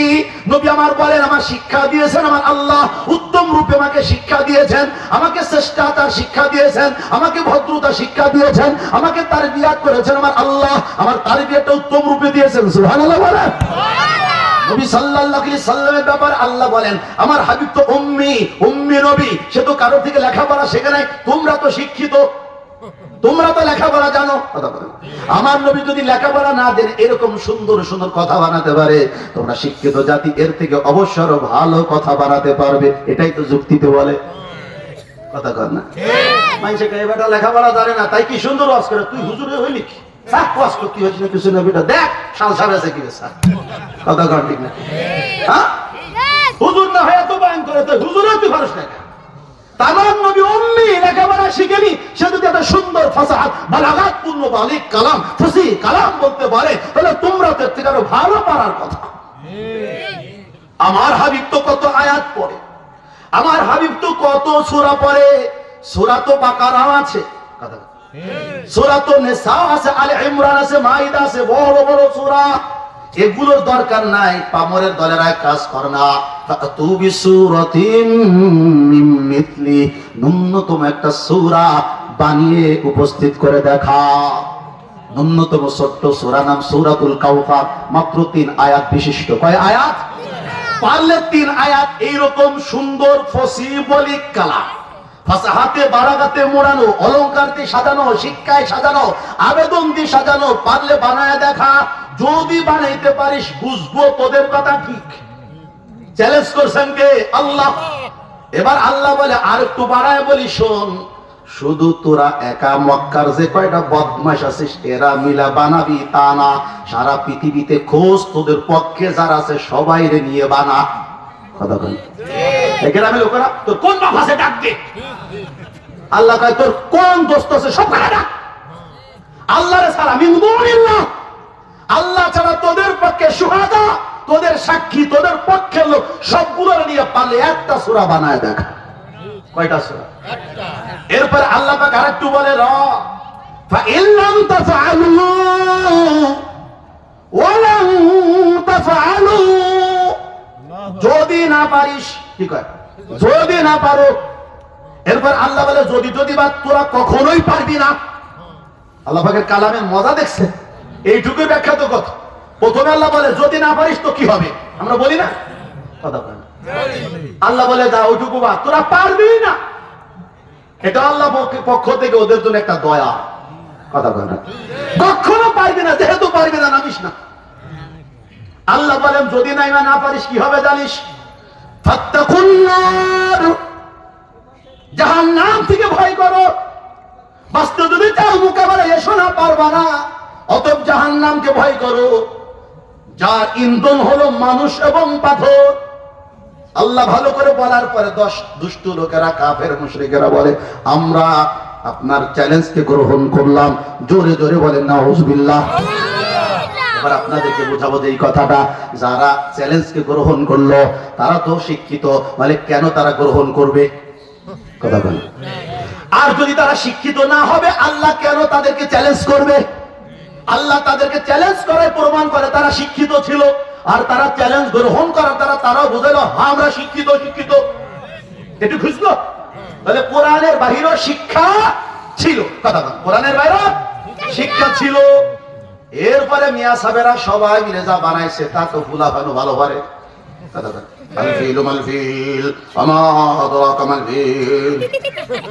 হাতি হাতি জানো হাতি কারে কয়, ইয়া বড় পেট, ইয়া বড় ল্যাস, বিশাল বড় বড় ঠ্যাং।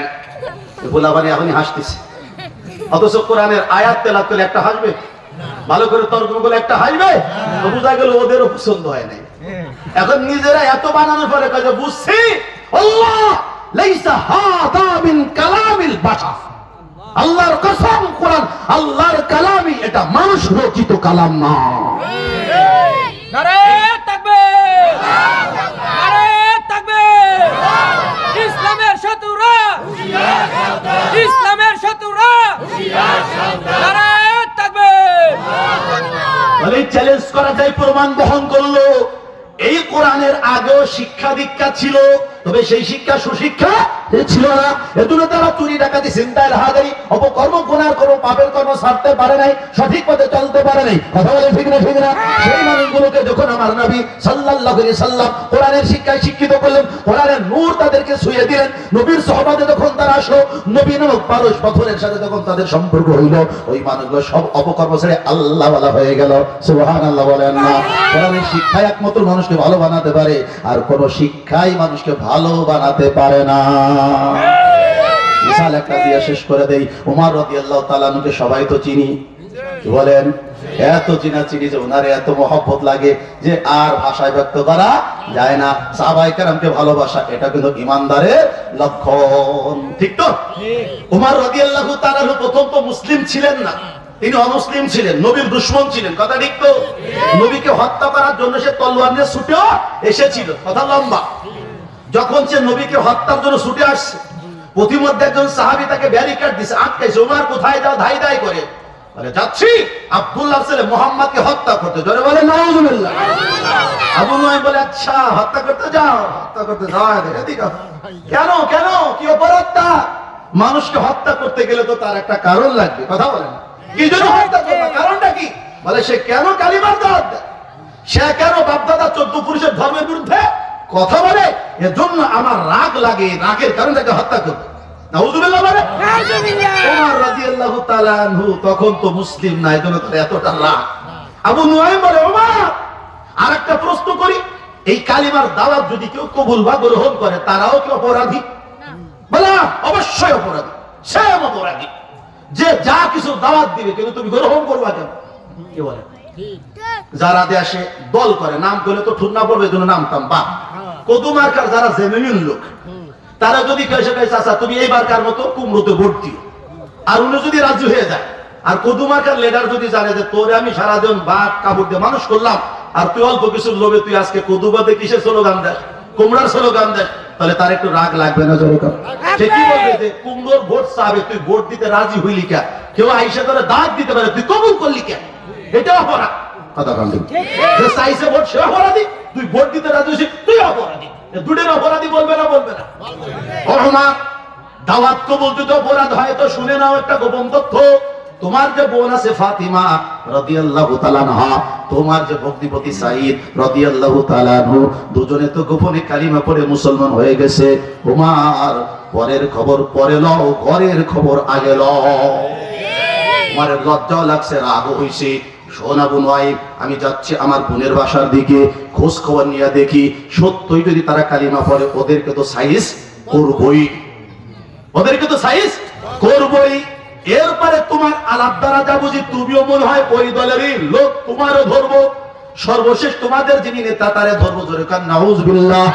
একটু কথা মনে রাখবেন, কোরআনের সাথে যারা দুশমনী করবে, কোরআন ওয়ালাদের সাথে যারা দুশমনী করবে, কোরআনের প্রতিষ্ঠানের সাথে যারা দুশমনী করবে, তাদের দুই অবস্থার এক অবস্থা হবে, হয়তো হেদায়েত পেয়ে বড় আল্লাহর ওলি হবে, অথবা সে ধ্বংস হবে, কোনো সন্দেহ নাই। ওমর এবার ছুটতে যায় বোনের বাসার দিকে। বোনের বাসার কাছে যখন গেছে, যতই আগায় মিহি মিহি একটা আওয়াজ, সুন্দর একটা আওয়াজ, মধুর একটা আওয়াজ ওমরের কানের মধ্যে লাগতেছে। দরজার সামনে যখন গেছে, আস্তে আস্তে আওয়াজ শুনতেছে, তাহা মা আনজালনা আলাইকাল কুরআনা লিতাশকা। ওমর শুনে আর পাগল হয়, আহ কি সুন্দর কথা, কি চমৎকার গাঁথনি, এত সুন্দর কথা কোনো কবি বলতে পারে না, কোনো সাহিত্যিক বলতে পারে না, কোনো গদ্য আবিষ্কার করে বলতে পারে না, এত সুন্দর কালাম। পাগল হয়ে গেছে ওমর, সুবহানাল্লাহ। ওমর কিছু করার জন্য ওই যে দুশমনী মনোভাব ভুলে গেছে, কুফরি শিরকি তার দিলের থেকে কিছুটা কমে গেছে, মন দিয়ে শুনতেছে। শোনার কিছুক্ষণ পরে যখন আওয়াজ বন্ধ হয়ে গেছে, সাবেক হিংস্রতা আবার তার মধ্যে জেগে গেছে।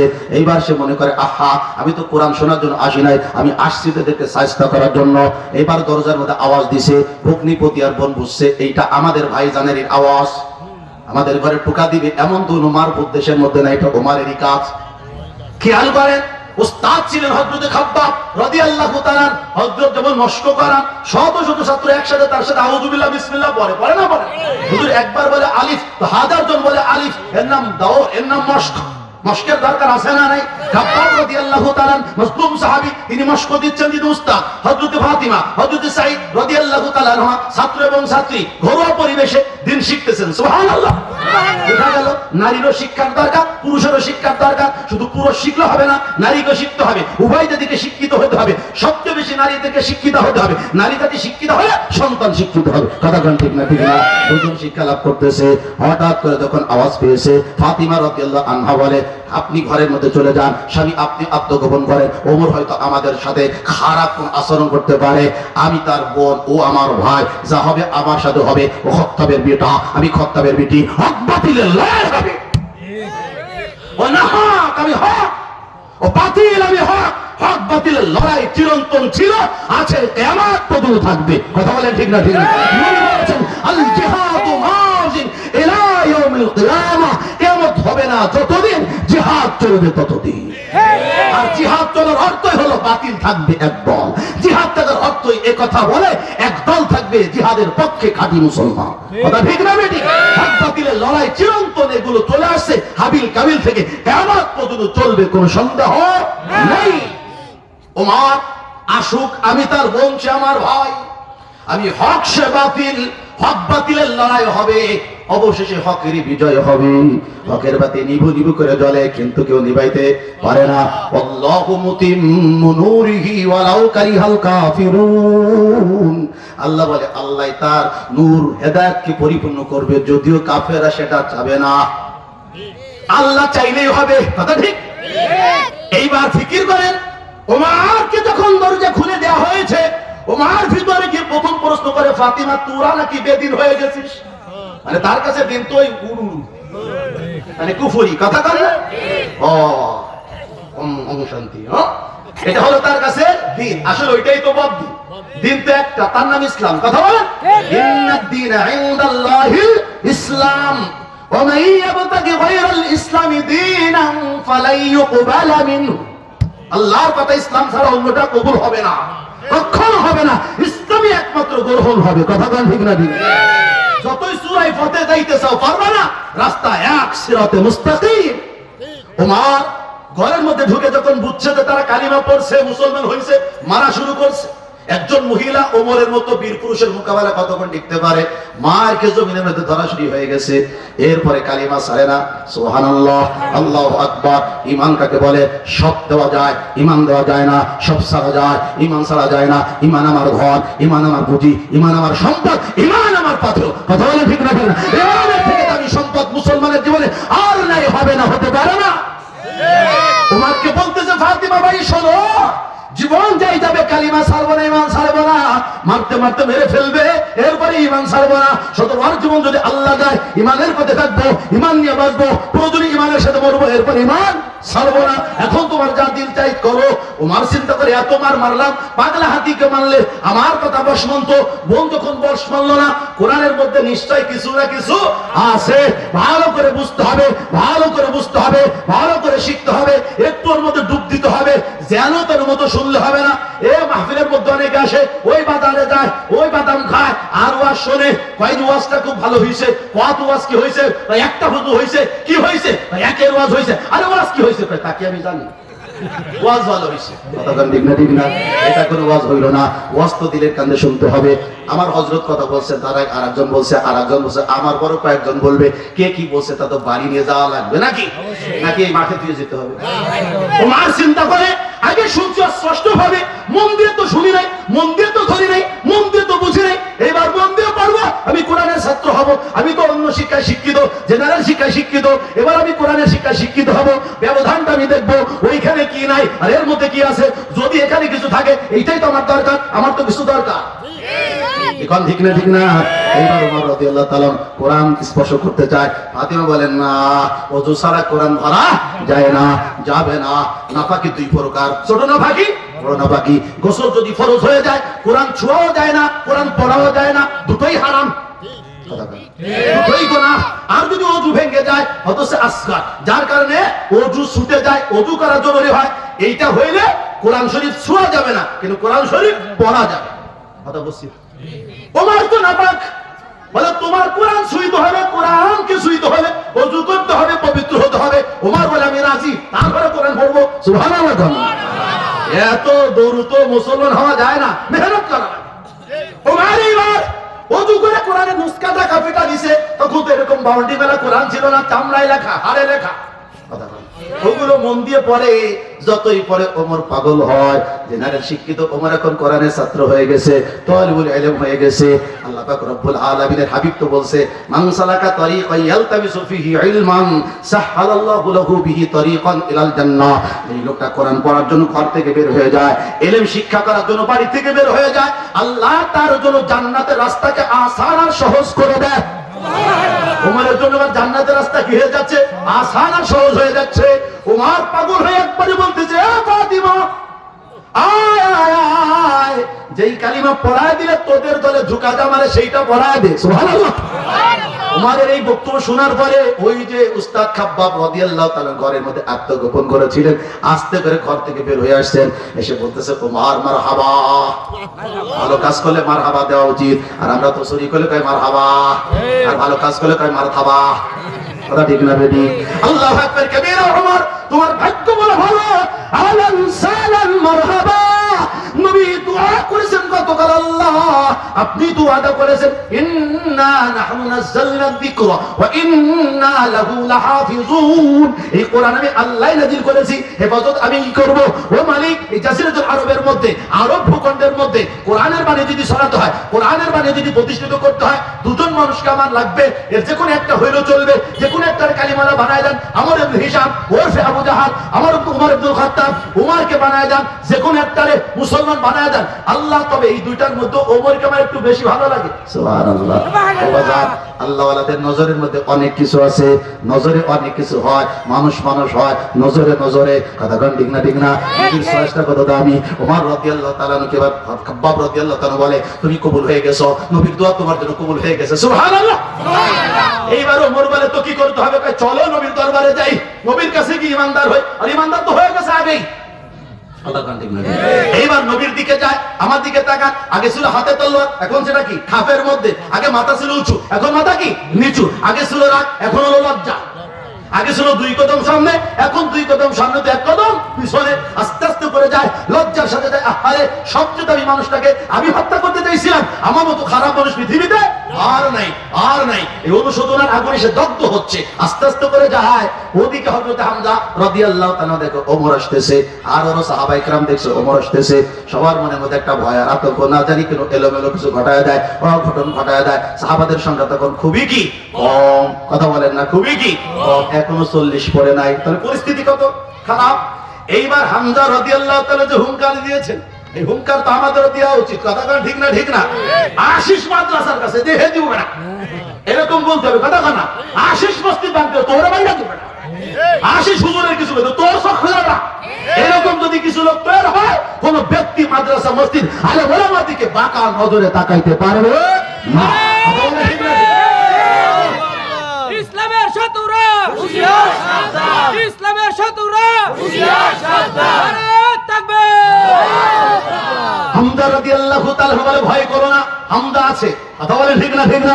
এ ওমর, শুনে রাখো, নিয়ত যদি ভালো হয় তো আসো, আহলান সাহলান মারহাবা, স্বাগতম জানাবো তোমাকে ইসলামের ভুবনে, ইমানের ভুবনে, মুসলমানের দুনিয়াতে। কিন্তু নিয়ত যদি খারাপ হয়, মনে রেখো তুমিও কুরাইশি, আমিও কুরাইশি, তুমিও বীর, আমিও বীর, ছেড়ে কথা বলবো না, হক বাতিলের লড়াই হবে। হামজা রাদিয়াল্লাহু তাআলা ভয় দিয়ে দিছে, ওমর শুনে রাখো, এটা আবু জাহালের দরবার না, এটা আবু লাহাবের দরবার না, উতবা সাহেবের দরবার না, এটা আমার নবীর দরবার, দরবারে নবুয়ত, দরবারে রিসালাত। সুবহানাল্লাহ। ওমর এবার বলতেছে, হামজা যা বুঝছো ভুল, প্রথমে আমার নিয়ত ওরকম ছিল, আমি পরিবর্তন হয়ে গেছি। আমি নবীকে হত্যা করার জন্য না ভাই, আমি নবীর কালিমা পড়ার জন্য তার দরবারে এসে গেছি। তারপরে সাহাবায়ে কেরাম চিন্তা করে, ওমর তো এখন ইসলাম কবুল করে না, এলোমেলো কথা বললে তো হঠাৎ করে নবী পর আক্রমণ করতেই পারে। কথা কান ঠিক না? ঠিক না? হযরত হামজা, হযরত আলী দুইজন বগলের নিচ দিয়ে হাত ঢুকাইয়া এমনি করে এমন ভাবে কাপটাকে আটকায় তাদের বুকের সাথে লাগায় রাখছে, ওমর এখন নড়তে পারে না। আরে স্যাংদুলা দিয়ে নিয়ে যাবে, ভিতরে নিব কিন্তু ছাড়বো না, ভিতরে যে কালেমা পড়বি এর ঘরে ছাড়বো। কথা কান ঠিক না? ঠিক। এই অবস্থা যখন হয়েছে, নবী সাল্লাল্লাহু আলাইহি সাল্লাম বুঝছে ওমরের সাথে না ধস্তাধস্তি করতেছে, গড়াগড়ি করতেছে। নবী বলতেছে, ও আমার হামজা আলী ছেড়ে দাও, ওমরকে ধরা লাগবে না, ভিতরে আসতে দাও। মেসেজ পৌঁছে গেছে কার থেকে? আল্লাহর থেকে। ওমর আসছে নেক নিয়াতে। এবার ভিতরে যখন গেছে, নবী মুস্কি মুস্কি হাসার বলে, ওমর কি জন্য আসছো ভাই? বলে কালিমা পড়তে আসছি। নবীজি বলে, সত্য কালিমা পড়তে যাও? বলে হ্যাঁ। এই কাঁধের পরে নবী হাত রাখছেন, নবীর হাতের মধ্যে বরকত আছে না? রাজার মাথার মধ্যে ডলা দিয়ে দেয়, আর জিন্দেগি অন্যরকম হয়ে যায়। কথা কান ঠিক না? ঠিক না? আল্লাহু আকবার কাবীরা। এরকম বহুত মানুষ আছে, ছোট্ট কালে কোনো বুজুর্গের কোলের মধ্যে ছিল, এখন সে বলে মাঝে মাঝে, আহা অমুক পেশাব আমারে কোলে নিয়েছিল, আমি প্রস্রাব করে ভিজিয়ে দিয়েছিলাম, আমাকে রাগ করে নাই, আমার আব্বা মা কিছু বলছিল, তাদেরকে রাগ করেছিল। এবার তার মনের মধ্যে আসে, ওরকম আমাকেও হতে হবে, একদিন একদিন তার বরকত তার মধ্যে আসেই আসে। কথা ঠিক না? ঠিক ধরে বল। আল্লাহু আকবার কাবীরা। ওমর বলতেছে, আল্লাহু আকবার, ইয়া রাসূলুল্লাহ, ইয়া হাবিবাল্লাহ, সত্য আমি দিল থেকে কালিমা পড়তে চাই। তো রাসূল বলছেন, তো পড়ে নাও, আশহাদু আল্লা ইলাহা ইল্লাল্লাহ ওয়া আশহাদু আন্না মুহাম্মাদার রাসূলুল্লাহ। ওমর কালিমা পড়ছে, কালিমা শাহাদাত পড়ছে। নবী বলেন, তাকবীর দিয়েছেন, আল্লাহু আকবার। নবী যখন তাকবীর দিয়েছেন, আব্দুল্লাহ ইবনে মাসউদ বলেন, আমি বাইরে ছিলাম, আমরা সাহাবায়ে কেরাম শুনলাম, ফাকাব্বারা নবী সাল্লাল্লাহু আলাইহি ওয়াসাল্লাম বিইসলামি ওমরা, ওমরের ইসলাম কবুল করার জন্য তাকবীর দিয়েছে। আমরাও চিন্তা করলাম, এবার আমরা একটা তাকবীর দেই, ফাকাব্বারনা, আমরা বাইরে থেকে জোরে জোরে তাকবীর দিলাম। তাকবীর তাকবীর এটা কোনো আওয়ামী লীগের সম্পদ না, তাকবীর তাকবীর এটা বিএনপির সম্পদ না, তাকবীর তাকবীর এটা জামাতের কোনো সম্পদ না, তাকবীর তাকবীর এটা জাতীয় পার্টির কোনো সম্পদ না, তাকবীর তাকবীর এটা চরমনার কোনো সম্পদ না, তাকবীর তাকবীর এটা খেলাফত মুসলিম সম্পদ না। মুসলমান যে তাকবীর দিবে সে তাকবীর মুসলমানের বলি। কথা বলেন ঠিক না? ঠিক না? আল্লাহ বলেন, তুমি তোমার রবের তাকবীর ধরে দাও, তোমার রবের বরত্ব বয়ান করো। মুসলমান যেখানে তাকবীর হবে সেখানে।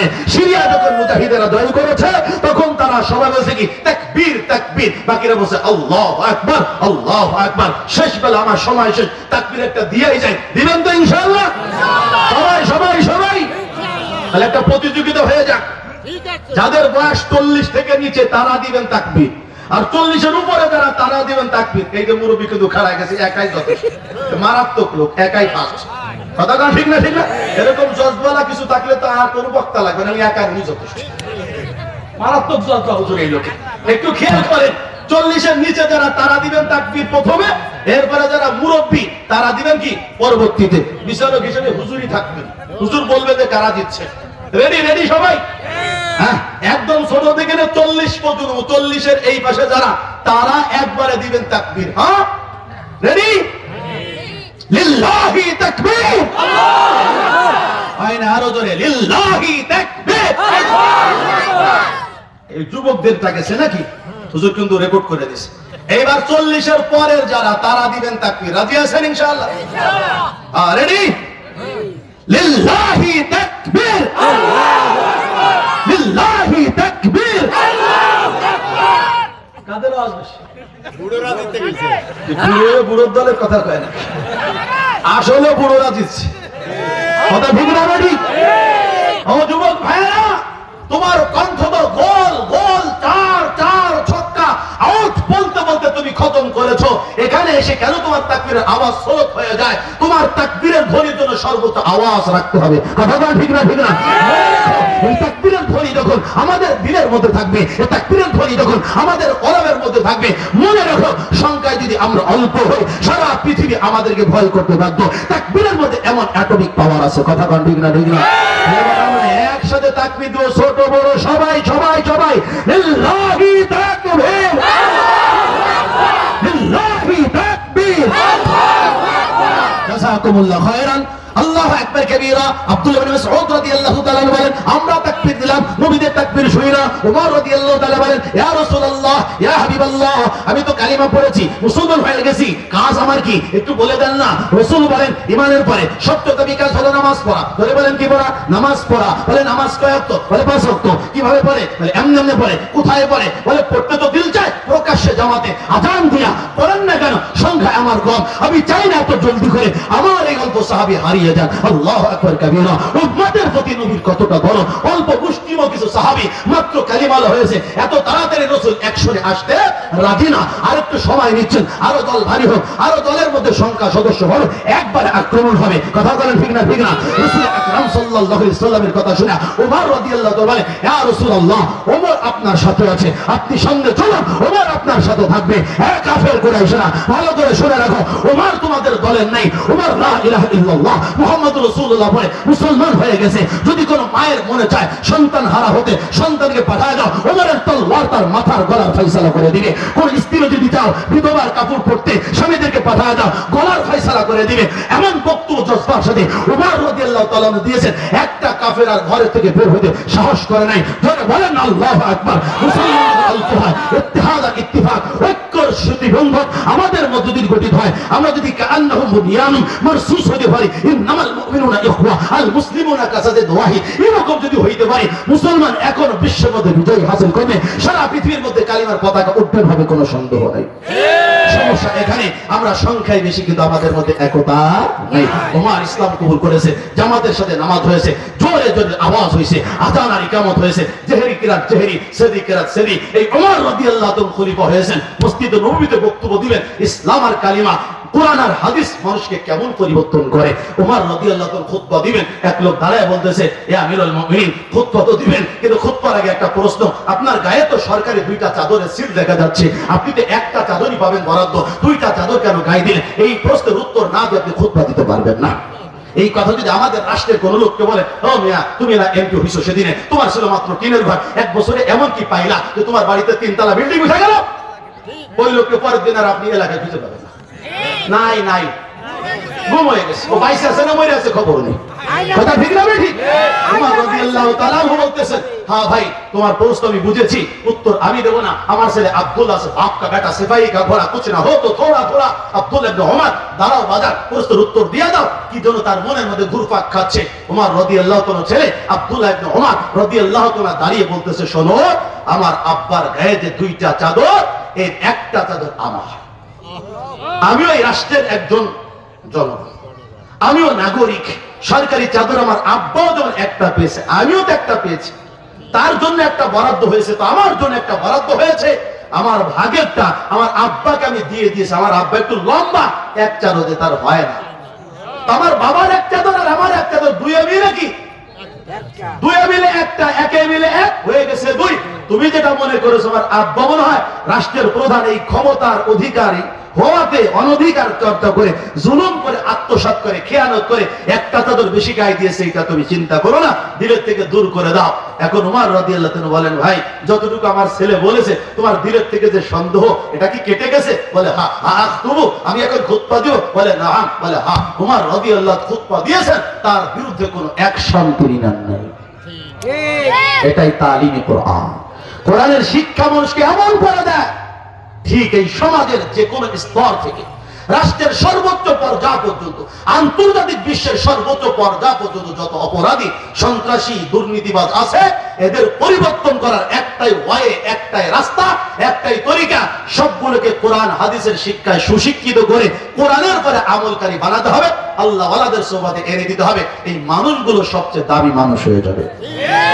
কাশী নজরুল রহমাতুল্লাহর কথা দিয়ে শেষ, বলে মানুষ বলে অমুকের 20 দাঁত তুলে নিব আমরা, ভেঙে দিব আমরা।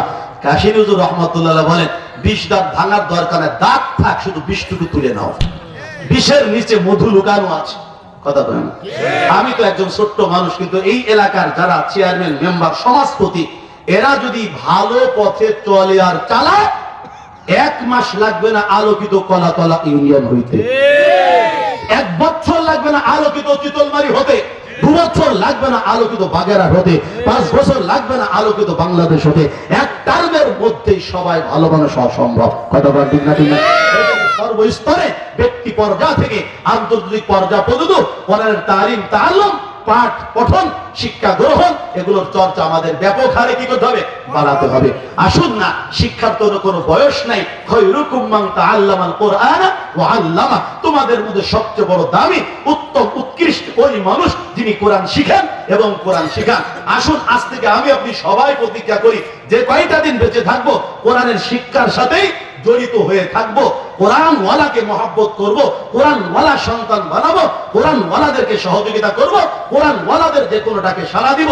আমি আজীবন আমরণ তালিবুল ইলম হয়ে চলবো, মৃত্যুর সময় যেন আমার নামটা তালিবুল ইলমের খাতায় থাকে। রাজি রাজি ইনশাআল্লাহ। আল্লাহ সকলকে তৌফিক দান করেন। বিশ্ব ইজতেমা 31 জানুয়ারি, 1লা 2রা ফেব্রুয়ারি, ইজতেমা একটাই, ইজতেমা একটাই। হক্কানি উলামায়ে কেরামের তত্ত্বাবধানে যেটা পরিচালিত, শুরাই নিজামের তত্ত্বাবধানে যারা পরিচালিত, এইটাই হলো ইজতেমা। আর বাকি যেটা, ওটা তো খুন খারাপি লোকের, খুনিদেরটা ইজতেমা হইতে পারে না। তাবলীগ আমাদেরকে মানুষের রক্ত খাওয়া শিখায় না, তাবলীগ আমাদের মানুষকে মারা শিখায় না, তাবলীগ তো আমাদেরকে মিটানো শিক্ষা দেয়। যে আমাদের দুশ্মন তাকেও আমার বন্ধুত্বের হাত বাড়ানো শিক্ষা দেয়। অতঃকরণ স্পষ্ট হয়ে গেছে, হক্কানি উলামায়ে কেরামের তত্ত্বাবধানেই যেটা চলে, এটাই হলো সহিহ নাহাজের তাবলীগ। কথা ঠিক না ঠিক? আল্লামা জাহাতাব সাহেব দামাত বরকতুল আলিয়া, গহাটাগার আকাবিরে দিন যারা, আমাদের চিতলমারীর আব্দুর রহমান পীর সাহেব সহ হক্কানি উলামায়ে কেরাম যেই তাবলীগের মধ্যে, আমরা সেই তাবলীগের সাথে। কথা বলেন ঠিক না ঠিক না? আমরা 31 জানুয়ারি, 1লা 2রা ফেব্রুয়ারির ইজতেমাকে কামিয়াব করার জন্য যা যা করার করতে থাকবো, দোয়া করতে থাকি, দান ও সদকা করতে থাকি, মা বোনেরাও দোয়া করতে থাকি, রোজার আমল চালু করতে থাকি। পুরানা সাথীরা খুব মেহনত করে ওইখানে আরো নতুন নতুন সাথীদেরকে নিয়ে আযানগুলো পুরা করার জন্য খুব বেশি মেহনত করতে থাকি। আল্লাহ সুবহানাহু তাবারাক ওয়া তাআলা তৌফিক দান করে, কবুল মঞ্জুর করে, বলি আমিন। হযরত ওয়ালার হায়াত আল্লাহ বরকত দেন, এই মাদ্রাসাকে আল্লাহ কিয়ামত পর্যন্ত কায়েম ও দায়েম রাখেন। এই কোরআনের প্রতিষ্ঠানের সাথে আল্লাহ আমাদেরকে আজীবন সম্পৃক্ত থেকেই আল্লাহর পেয়ারা পেয়ারা গোলাম বান্দি হওয়ার তৌফিক দান করেন। সকলে বলি আমিন।